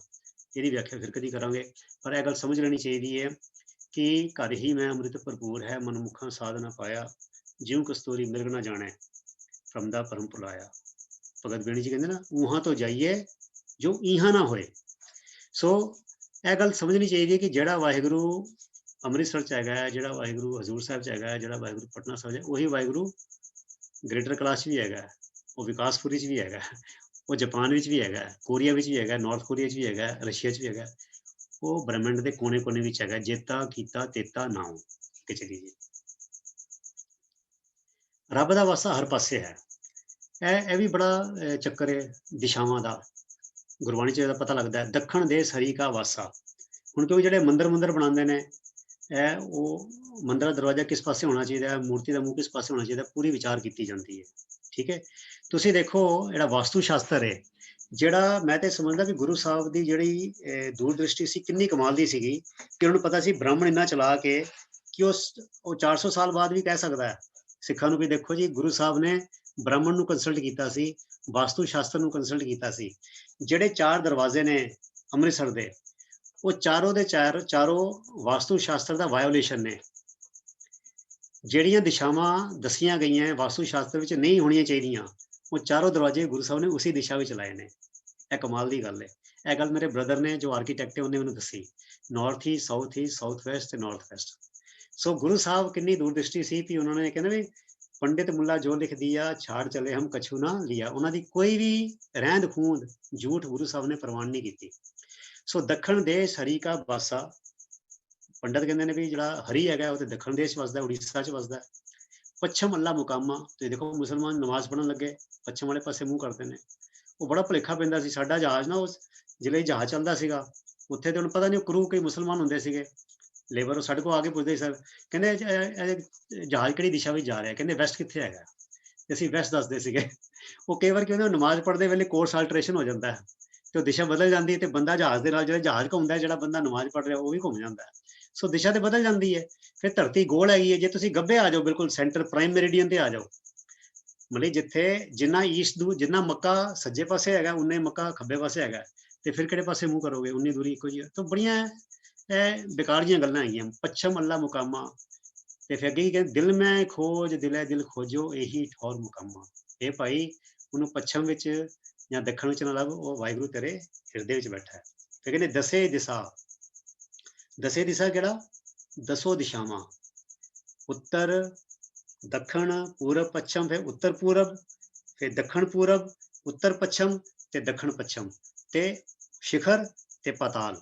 ਇਹ 10 ਦਿਸ਼ਾਵਾਂ ਅਰਥਾਤ ਚਾਰੋਂ ਪਾਸੇ। ਦਸੇ ਦਿਸ਼ਾ ਰਵਿਆ ਪ੍ਰਭ ਏਕ, ਧਰਨ ਆਕਾਸ਼ ਸਭ ਮੈਂ ਪ੍ਰਭ ਏਕ। ਧਰਤੀ ਵਿੱਚ ਵੀ ਆਕਾਸ਼ ਵਿੱਚ ਵੀ, ਅਸੀਂ ਕਹਿੰਦੇ ਉੱਪਰ ਵਾਲਾ, ਇਹ ਵੀ ਫਿਲਮਾਂ ਦੇ ਡਾਇਲੋਗ ਹੈਗੇ ਨੇ। ਸਿੱਖੀ ਦਾ ਇਹਦਾ ਕੋਈ ਲੈਣਾ ਨਹੀਂ, ਉੱਪਰ ਵਾਲਾ ਨਹੀਂ ਕੁਛ ਹੁੰਦਾ। ਧਰਨ ਆਕਾਸ਼ ਸਭ ਮੈਂ ਪ੍ਰਭ ਏਕ, ਧਰਤੀ ਵਿੱਚ ਵੀ, ਪਾਤਾਲ ਵਿੱਚ ਵੀ, ਆਕਾਸ਼ ਵਿੱਚ ਵੀ, ਤੇ 10 ਦਿਸ਼ਾਵਾਂ ਵਿੱਚ ਉਹ ਵਾਹਿਗੁਰੂ ਇੱਕ ਹੀ ਹੈਗਾ। ਚਤੁਰ ਦਿਸ਼ਾ ਕੀਨੋ ਬਲ ਆਪਣਾ, ਸਿਰ ਉੱਪਰ ਕਰ ਧਾਰਿਓ, ਕਿਰਪਾ ਕਠਾਕ ਅਵਲੋਕਨ ਕੀਨੋ, ਦਾਸ ਕਾ ਦੁਖ ਵਿਦਾਰੇ। ਸੋ ਦਿਸ਼ਾ ਦੋਸ਼, ਦਿਸ਼ਾ ਦਾ ਵੀ ਕੋਈ ਵਿਚਾਰ ਸਿੱਖੀ ਵਿੱਚ ਨਹੀਂ ਹੈਗਾ। ਇਹ ਸਾਡਾ ਨਿਆਰਾਪਨ ਨੇ। ਅੱਗੇ ਚੱਲੀਏ ਜੀ। ਥਿੱਤਾਂ ਵਾਰਾਂ ਦਾ ਕੋਈ ਡਰ ਵਹਿਮ ਨਹੀਂ, ਸਾਰੇ ਧਰਮਾਂ ਵਿੱਚ ਥਿੱਤਾਂ ਵਾਰਾਂ ਦੀ ਰੱਜ ਕੇ ਵਿਚਾਰ ਹੈਗੀ ਹੈ। ਤੁਹਾਨੂੰ ਪਤਾ ਸੰਡੇ ਜਿਹੜਾ ਹੈ, Sunday is not a holiday, it is a holy day. Holy day, holy HOLY, ਤਾਂ ਸੰਡੇ ਨੂੰ ਛੁੱਟੀ ਹੁੰਦੀ ਹੈ ਕਿਉਂਕਿ ਬ੍ਰਿਟਿਸ਼ ਲੋਕਾਂ ਨੇ ਸਾਰੀ ਧਰਤੀ ਤੇ ਰਾਜ ਕੀਤਾ, ਤੇ ਜਿੱਥੇ ਜਿੱਥੇ ਗਏ ਉਹਨਾਂ ਨੇ ਆਪਣਾ ਸੱਭਿਆਚਾਰ ਦੀਆਂ ਜੜ੍ਹਾਂ ਉੱਥੇ ਵਿਛਾ ਦਿੱਤੀਆਂ। ਜਿਹੜੇ ਆਪਣੇ ਅਰਬ ਦੇਸ਼ ਨੇ ਉੱਥੇ ਸ਼ੁੱਕਰਵਾਰ ਨੂੰ ਛੁੱਟੀ ਮੰਨੀ ਜਾਂਦੀ ਹੈ। ਤੇ ਸਾਰੇ ਜਿਹੜੇ ਧਰਮ ਨੇ ਸੂਰਜ ਨੂੰ, ਚੰਦਰਮਾ ਨੂੰ ਲੈ ਕੇ ਇਹਨਾਂ ਦੇ ਨਾਲ ਪਵਿੱਤਰ ਅਪਵਿੱਤਰ ਚੰਗੇ ਮੰਦੇ ਦਿਨਾਂ ਦੀ ਵਿਚਾਰ ਹੈਗੀ ਹੈ। ਹਿੰਦੂਆਂ ਵਿੱਚ ਤੇ ਰੱਜ ਕੇ ਹੈਗੀ ਹੈ। ਉਹ ਪੂਰੇ ਦੇ ਪੂਰੇ ਮਹੀਨੇ ਵੀ ਮਾੜੇ ਮੰਨੇ ਜਾਂਦੇ ਨੇ, ਸ਼ਰਾਧਾਂ ਦੀ, ਨਰਾਤਿਆਂ ਦੀ, ਬੜੇ ਬੜੇ ਪੰਗੇ ਨੇ। ਉਹਦੇ ਬੰਦਾ ਮਤਲਬ ਕਿ ਉਹ ਸਾਰੀ ਉਮਰ ਉਸ ਚੱਕਰ 'ਚ ਪਿਆਰ ਆ ਜਾਏਗਾ ਜੇ ਉਹਨੂੰ ਬਿਲਕੁਲ ਫੋਲੋ ਕਰੇ ਤੇ। ਸੋ ਸਤਿਗੁਰ ਬਾਝੋਂ ਅੰਧ ਗੁਬਾਰ, ਥਿੱਤੀ ਵਾਰ ਸੇਵੇਂ ਮਗਧ ਗੁਬਾਰ। ਤੁਸੀਂ ਸਾਰਿਆਂ ਨੇ 6ਵੀਂ 'ਚ ਮੈਥ ਪੜ੍ਹਿਆ ਹੋਣਾ ਹੈ, ਤੁਸੀਂ ਨੰਬਰ ਲਾਈਨ ਪੜ੍ਹੀ ਹੋਣੀ, ਨੰਬਰ ਲਾਈਨ। ਉੱਥੇ ਗੱਬੇ 'ਚ 0 ਪਾਈਦਾ, ਖੱਬੇ ਪਾਸੇ -1 -2 -3 -4 ਕਰਦੇ, ਫਿਰ ਅੱਗੇ ਐਰੋ ਪਾ ਦਿੰਦੇ ਨੇ ਕੰਟੀਨਿਊਡ ਟਿਲ -ਇਨਫਿਨਿਟੀ। ਸੱਜੇ ਪਾਸੇ 1 2 3 4 ਫਿਰ ਐਰੋ ਪਾ ਦੋ। ਕਿਉਂ? ਕਿਉਂਕਿ ਨਾ ਆਦ ਦਾ ਪਤਾ ਹੈ ਨਾ ਅੰਤ ਦਾ ਪਤਾ ਹੈ। ਸਭ ਤੋਂ ਛੋਟੀ ਸੰਖਿਆ ਦਾ ਨਹੀਂ ਪਤਾ, ਸਭ ਤੋਂ ਵੱਡੀ ਸੰਖਿਆ ਦਾ ਨਹੀਂ ਪਤਾ।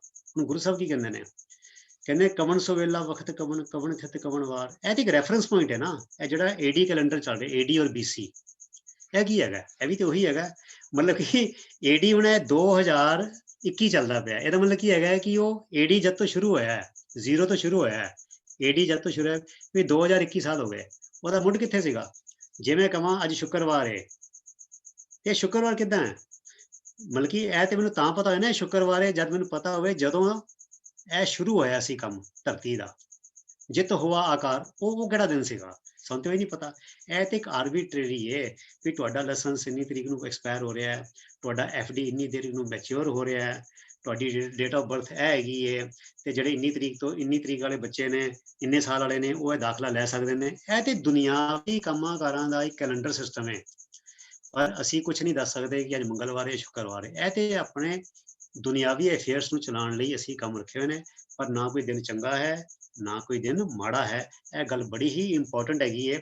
ਤੇ ਤੁਹਾਨੂੰ ਦੱਸਾਂ ਇਹ ਸੰਡੇ ਕਿਉਂ ਆਪਣਾ ਹੈਗਾ ਦਿਨ, ਪਵਿੱਤਰ ਦਿਨ। ਇਹ ਵੀ ਦੇਖ ਲਓ, ਬੜੀ ਕਿੰਨੀ ਕਮਾਲ ਦੀ ਕਹਾਣੀ ਹੈ। ਉਹ ਕਹਿੰਦੇ ਰੱਬ ਨੇ ਸੋਮਵਾਰ ਨੂੰ ਪਹਾੜ ਬਣਾਏ, ਮੰਗਲਵਾਰ ਨੂੰ ਫਿਰ ਇਹ ਕੀਤਾ, ਬੁੱਧਵਾਰ ਨੂੰ ਫਿਰ ਇਹ ਕੀਤਾ, ਤੇ 6 ਦਿਨ ਰੱਬ ਨੇ ਸਾਰੀ ਰਚਨਾ ਤਿਆਰ ਕੀਤੀ, ਤੇ 7ਵੇਂ ਦਿਨ ਰੱਬ ਥੱਕ ਗਿਆ ਤੇ ਰੱਬ ਉਦੋਂ ਸੌਂ ਗਿਆ। ਤੇ ਉਹ ਜਿੱਦਣ ਰੱਬ ਸੁੱਤਾ ਸੀਗਾ ਉਹਨੂੰ ਕਹਿੰਦੇ ਨੇ ਸੰਡੇ। ਤੇ ਇਸ ਕਰਕੇ ਜਿਹੜੇ ਟ੍ਰੈਡੀਸ਼ਨਲ ਕਨਵੈਨਸ਼ਨਲ ਪੱਕੇ ਕੱਟੜ ਈਸਾਈ ਨੇ, ਉਹ ਕਹਿੰਦੇ ਨੇ ਕਿ ਐਤਵਾਰ ਨੂੰ ਕਰਨਾ ਬਜਰ, ਐਤਵਾਰ ਨੂੰ ਕੰਮ ਕਰਨਾ ਬਜਰ ਕੁਰੈਤ ਹੈਗੀ ਹੈ। ਤੇ ਮੈਂ ਜਦ ਕਨਫਰਮ ਕੀਤੀ, ਮੈਂ ਜਦ ਕੈਨੇਡਾ ਗਿਆ, ਉਹ ਕਹਿੰਦੇ ਭਾਜੀ ਇਹ ਗੱਲ ਤੁਸੀਂ ਜਦ ਮੈਂ ਲੈਕਚਰ ਲਿਆ ਉਹ ਫਿਰ ਬਾਅਦ ਚੋਂ ਬੰਦੇ ਕਹਿੰਦੇ ਭਾਜੀ ਇਹ ਗੱਲ ਤੁਸੀਂ ਬਿਲਕੁਲ ਸਹੀ ਕਹਿ ਰਹੇ ਹੋ, ਸਾਨੂੰ ਹੁਣ ਪਤਾ ਲੱਗਾ ਹੈ। ਕਹਿੰਦੇ ਆ ਜਿਹੜੇ ਪੁਰਾਣੇ ਬੁੱਢੇ ਈਸਾਈ ਹੈਗੇ ਨੇ ਸਾਡੇ ਪਿੰਡਾਂ 'ਚ ਰਹਿੰਦੇ ਨੇ, ਕਿਉਂਕਿ ਆਪਣੇ ਬੰਦੇ ਐਗਰੀਕਲਚਰ 'ਚ ਨੇ ਨਾ ਕੈਨੇਡਾ ਜ਼ਿਆਦਾ। ਕਹਿੰਦੇ ਨਵੀਂ ਪੀੜ੍ਹੀ ਤੇ ਨਹੀਂ ਏਦਾਂ ਕਰਦੀ, ਪਰ ਕਹਿੰਦੇ ਉਹ ਪੁਰਾਣੇ ਬੰਦੇ ਕਦੀ ਵੀ ਇਹ ਪਲਾਸ ਨੂੰ, ਰੈਂਚ ਨੂੰ, ਔਜ਼ਾਰਾਂ ਨੂੰ ਹੱਥ ਨਹੀਂ ਲਾਉਂਦੇ। ਤੇ ਕਹਿੰਦੇ ਅਸੀਂ ਕਦੀ ਕੰਮ ਦੀ ਗੱਲ ਕਰਨ ਜਾਈਏ ਨਾ ਵੀ ਤਾਂ ਉਹਨਾਂ ਦੇ ਨਾਲ ਬਾਈ ਚਾਂਸ ਕੰਮ ਦੀ ਕੋਈ ਗੱਲ ਕਰ ਲਈਏ ਤੇ ਖਿਝ ਜਾਂਦੇ ਨੇ ਵੀ ਇਹ ਕੰਮ ਦੀ ਗੱਲ ਕਿਉਂ ਕੀਤੀ, ਐਤਵਾਰ ਨੂੰ ਕੰਮ ਨਹੀਂ ਕਰਨਾ। ਸੋ ਇਸੇ ਤਰ੍ਹਾਂ ਮੈਂ ਆਪਣੇ ਜਹਾਜ਼ ਤੇ ਵੀ ਦੇਖਿਆ ਸੀਗਾ, ਸਾਡੇ ਜਿਹੜੇ ਇੰਜੀਨੀਅਰ ਸੀਗੇ ਐਤਵਾਰ ਨੂੰ ਬਿਲਕੁਲ ਕੋਈ ਕੰਮ ਨਹੀਂ ਕਰਦੇ ਸੀ, ਜਿਹੜੇ ਜਹਾਜ਼ ਦੇ ਬੰਦੇ। ਕੋਈ ਐਮਰਜੈਂਸੀ ਆ ਜਾਏ ਫਿਰ ਤੇ ਕਰਨਾ ਹੀ ਪੈਣਾ, ਕਿਉਂਕਿ ਜੇ ਜਹਾਜ਼ ਬੰਦਰਗਾਹ ਤੇ ਐਤਵਾਰ ਨੂੰ ਲੱਗ ਰਿਹਾ ਫਿਰ ਕੀ ਕਰਨਗੇ, ਫਿਰ ਤੇ ਕਰਨਾ ਹੀ ਪਏਗਾ। ਪਰ ਜਦੋਂ ਸਮੁੰਦਰ ਵਿੱਚ ਹੁੰਦਾ ਸੀ ਐਤਵਾਰ ਨੂੰ ਕੰਮ ਨਹੀਂ ਕਰਦੇ ਸੀਗੇ। ਫਿਰ ਮੈਂ ਇੱਕ ਮੇਰੇ ਜਹਾਜ਼ ਤੇ ਕੁਲੀਗ ਸੀਗਾ, ਉਹਦਾ ਨਾਮ ਜੌਨ ਕਰਕੇ ਥਰਡ ਅਫਸਰ ਸੀ, ਉਹ ਸੈਕੰਡ ਅਫਸਰ ਸੀ, ਮੈਂ ਥਰਡ ਅਫਸਰ ਸੀ। ਮੈਂ ਉਹਨੂੰ ਪੁੱਛਿਆ, ਉਹ ਮੈਨੂੰ ਕਹਿੰਦਾ ਮਿਸਟਰ ਸਿੰਘ ਕਹਿੰਦੇ 50 ਸਾਲ ਪਹਿਲੇ ਤੱਕ ਬ੍ਰਿਟੇਨ ਵਿੱਚ ਵੀ ਕਹਿੰਦੇ ਜੇ ਕਿਤੇ ਕੋਈ ਬੰਦਾ ਕੰਮ ਕਰਦਾ ਮਿਲ ਜਾਂਦਾ ਸੀਗਾ, ਕਿਤੇ ਬੰਦੇ ਦੇਖ ਲਿਆ ਕੰਮ ਕਰਦੇ ਨੇ, ਤੇ ਜਿਹੜੇ ਇਹ ਕੱਟੜ ਕ੍ਰਿਸਚਨ ਸੀਗੇ ਇਹ ਉਹਨੂੰ ਠੋਕ ਦਿੰਦੇ ਸੀਗੇ, ਉਹਦੀ ਕੁਟਾਈ ਕਰਦੇ ਸੀ ਵੀ ਤੇਰੀ ਹਿੰਮਤ ਕਿੱਦਾਂ ਹੋਈ ਵੀ ਤੂੰ ਐਤਵਾਰ ਨੂੰ ਕੰਮ ਕਰਦਾ ਪਿਆ। ਸੋ ਇਹ ਗੱਲਾਂ ਸ਼ਾਇਦ ਤੁਹਾਨੂੰ ਨਾ ਪਤਾ ਹੋਣ, ਤੇ ਇਹ ਗੱਲਾਂ ਬੜੀਆਂ ਕਮਾਲ ਦੀਆਂ ਨੇ ਵੀ ਇਹ ਸੰਡੇ ਵੀ ਇਹ ਛੁੱਟੀ ਦਾ ਦਿਨ ਨਹੀਂ ਹੈਗਾ, ਸੰਡੇ ਇੱਕ ਪਵਿੱਤਰ ਦਿਨ ਮੰਨਿਆ ਜਾਂਦਾ ਹੈ, ਤੇ ਸੰਡੇ ਨੂੰ ਕੰਮ ਕਰਨਾ ਜਿਹੜਾ ਹੈ ਉਹ ਇੱਕ ਬੜਾ ਵੱਡਾ ਗੁਨਾਹ ਮੰਨਿਆ ਜਾਂਦਾ ਹੈ।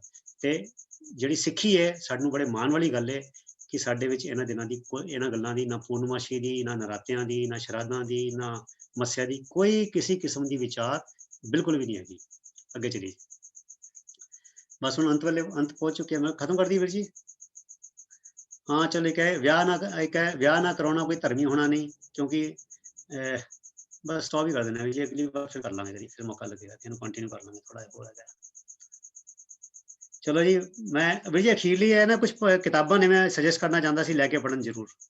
ਸਭ ਤੋਂ ਥੱਲੇ ਸਾਈਡ ਤੇ ਜਾਓ, ਸੈਕਿੰਡ ਲਾਸਟ ਮੈਂ ਸਾਰੇ ਆਪਣੇ ਵੀਰਾਂ ਨੂੰ ਕਹਾਂਗਾ ਨੋਟ ਕਰ ਲੈਣ। ਇਹ ਤਿੰਨ ਕਿਤਾਬਾਂ ਨੋਟ ਕਰ ਲਓ ਜੀ। ਇਹ ਸਿੱਖ ਮਿਸ਼ਨਰੀ ਕਾਲਜ ਵੱਲੋਂ ਛਪੀਆਂ ਗਈਆਂ ਨੇ, ਡਾਕਟਰ ਗੁਰਬਖਸ਼ ਸਿੰਘ USA ਜਿਹੜੇ ਪੰਜਾਬ ਐਗਰੀਕਲਚਰ ਯੂਨੀਵਰਸਿਟੀ ਦੇ ਡੀਨ ਰਹੇ ਨੇ। ਇਹ ਤਿੰਨੋਂ ਕਿਤਾਬਾਂ ਮੈਂ ਜਹਾਜ਼ ਤੇ ਲੈ ਜਾਂਦਾ ਸੀਗਾ, 8-8 10-10 ਕਾਪੀਆਂ, ਤੇ ਜਿੱਥੇ ਵੀ ਮੈਨੂੰ ਫਿਰ ਇੰਗਲਿਸ਼ ਸਪੀਕਿੰਗ ਬੰਦੇ ਮਿਲਦੇ ਸੀ ਮੈਂ ਉਹਨੂੰ ਵੰਡਦਾ ਹੁੰਦਾ ਸੀਗਾ। ਤੇ ਮੈਂ ਤੁਹਾਨੂੰ ਕਹਾਂਗਾ ਜੇ ਤੁਸੀਂ ਸੇਵਾ ਕਰਨਾ ਚਾਹੁੰਦੇ ਹੋ, ਹਰ ਵੀਰ ਇਹ ਕਿਤਾਬ ਦੀਆਂ 25-25 ਕਾਪੀਆਂ ਖਰੀਦੇ ਤੇ ਆਪਣੇ ਸੰਗੀ ਸਾਥੀਆਂ ਨੂੰ, ਸਿਰਫ ਸਿੱਖਾਂ ਨੂੰ ਨਹੀਂ ਗੈਰ ਸਿੱਖਾਂ ਨੂੰ ਵੀ ਵੰਡੇ। ਇਹ ਤਿੰਨੋਂ ਕਿਤਾਬਾਂ ਪੜ੍ਹਨ ਵਾਲੀਆਂ ਨੇ, ਤੇ ਇਹਨਾਂ ਕਿਤਾਬਾਂ ਦੀ ਜਿਹੜੀ ਲੈਂਗੁਏਜ ਹੈ ਬੜੀ ਸਿੰਪਲ ਹੈਗੀ ਹੈ। ਜਿਹੜਾ ਬੱਚਾ ਕੋਈ 8ਵੀਂ 9ਵੀਂ 10ਵੀਂ ਦੀ ਕਿਤਾਬ ਅੰਗਰੇਜ਼ੀ ਦੀ ਪੜ੍ਹ ਸਕਦਾ ਹੈ, ਉਹ ਵੀ ਇਹ ਕਿਤਾਬਾਂ ਨੂੰ ਪੜ੍ਹ ਕੇ ਸਮਝ ਸਕਦਾ ਹੈ। ਇਹਦੇ ਵਿੱਚੋਂ ਜਿਹੜੀਆਂ ਯੂਨੀਵਰਸਿਟੀ ਦੀਆਂ PhD ਰਾਈਟਰਾਂ ਦੀ ਕਿਤਾਬਾਂ ਹੁੰਦੀਆਂ ਨੇ, ਉਹ ਵਾਲੀ ਬੋਲੀ ਨਹੀਂ ਵਰਤੀ ਗਈ, ਬੜੀ ਸਧਾਰਨ ਬੋਲੀ ਵਰਤੀ ਗਈ ਹੈ। ਪਹਿਲੀ ਕਿਤਾਬ ਬਹੁਤ ਜ਼ਬਰਦਸਤ ਹੈ ਪੜ੍ਹਨ ਵਾਲੀ, world peace and place of religions in 21st century, Sikhism universal message ਤੇ teaching Sikh heritage to the youth. So ਮੇਰੇ ਸਾਰਿਆਂ ਨੂੰ ਬੇਨਤੀ ਹੈ ਇਹ ਤਿੰਨੋਂ ਕਿਤਾਬਾਂ ਆਪ ਵੀ ਪੜ੍ਹੋ, ਤੇ ਤੁਸੀਂ ਇਹ ਇੱਕ ਹੁਣ ਕਰੋਨਾ ਵਿੱਚ ਆਪਣਾ ਇੱਕ ਅਹਿਦ ਲੈ ਲਓ, ਤੁਸੀਂ ਇੱਕ ਆਪਣਾ ਨੂੰ ਪ੍ਰੋਮਿਸ ਕਰ ਲਓ ਕਿ ਇਹ ਕਿਤਾਬਾਂ ਦੀਆਂ 25-25 ਕਾਪੀਆਂ ਖਰੀਦ ਕੇ ਅਸੀਂ ਸਾਰੇ ਆਪਣੇ ਨਾਨਕੇ ਦਾਦਕਿਆਂ 'ਚ ਤੇ ਆਂਢ ਗੁਆਂਢ ਵਿੱਚ ਵੰਡਣੀਆਂ। ਸੋ ਇਹ ਸੇਵਾ ਤੁਸੀਂ ਮਤਲਬ ਕਿ ਜੇ ਤੁਸੀਂ ਮੇਰਾ ਧੰਨਵਾਦ ਕਰਨਾ ਚਾਹੁੰਦੇ ਹੋ ਤੇ ਇਸ ਰੂਪ ਵਿੱਚ ਮੇਰਾ ਧੰਨਵਾਦ ਕਰ ਸਕਦੇ ਹੋ। ਸੋ ਭੁੱਲਾਂ ਚੁੱਕਾਂ ਦੀ ਖਿਮਾ। ਵਾਹਿਗੁਰੂ ਜੀ ਕਾ ਖਾਲਸਾ, ਵਾਹਿਗੁਰੂ ਜੀ ਕੀ ਫਤਿਹ। ਵਾਹਿਗੁਰੂ ਜੀ ਕਾ ਖਾਲਸਾ, ਵਾਹਿਗੁਰੂ ਜੀ ਕੀ ਫਤਿਹ।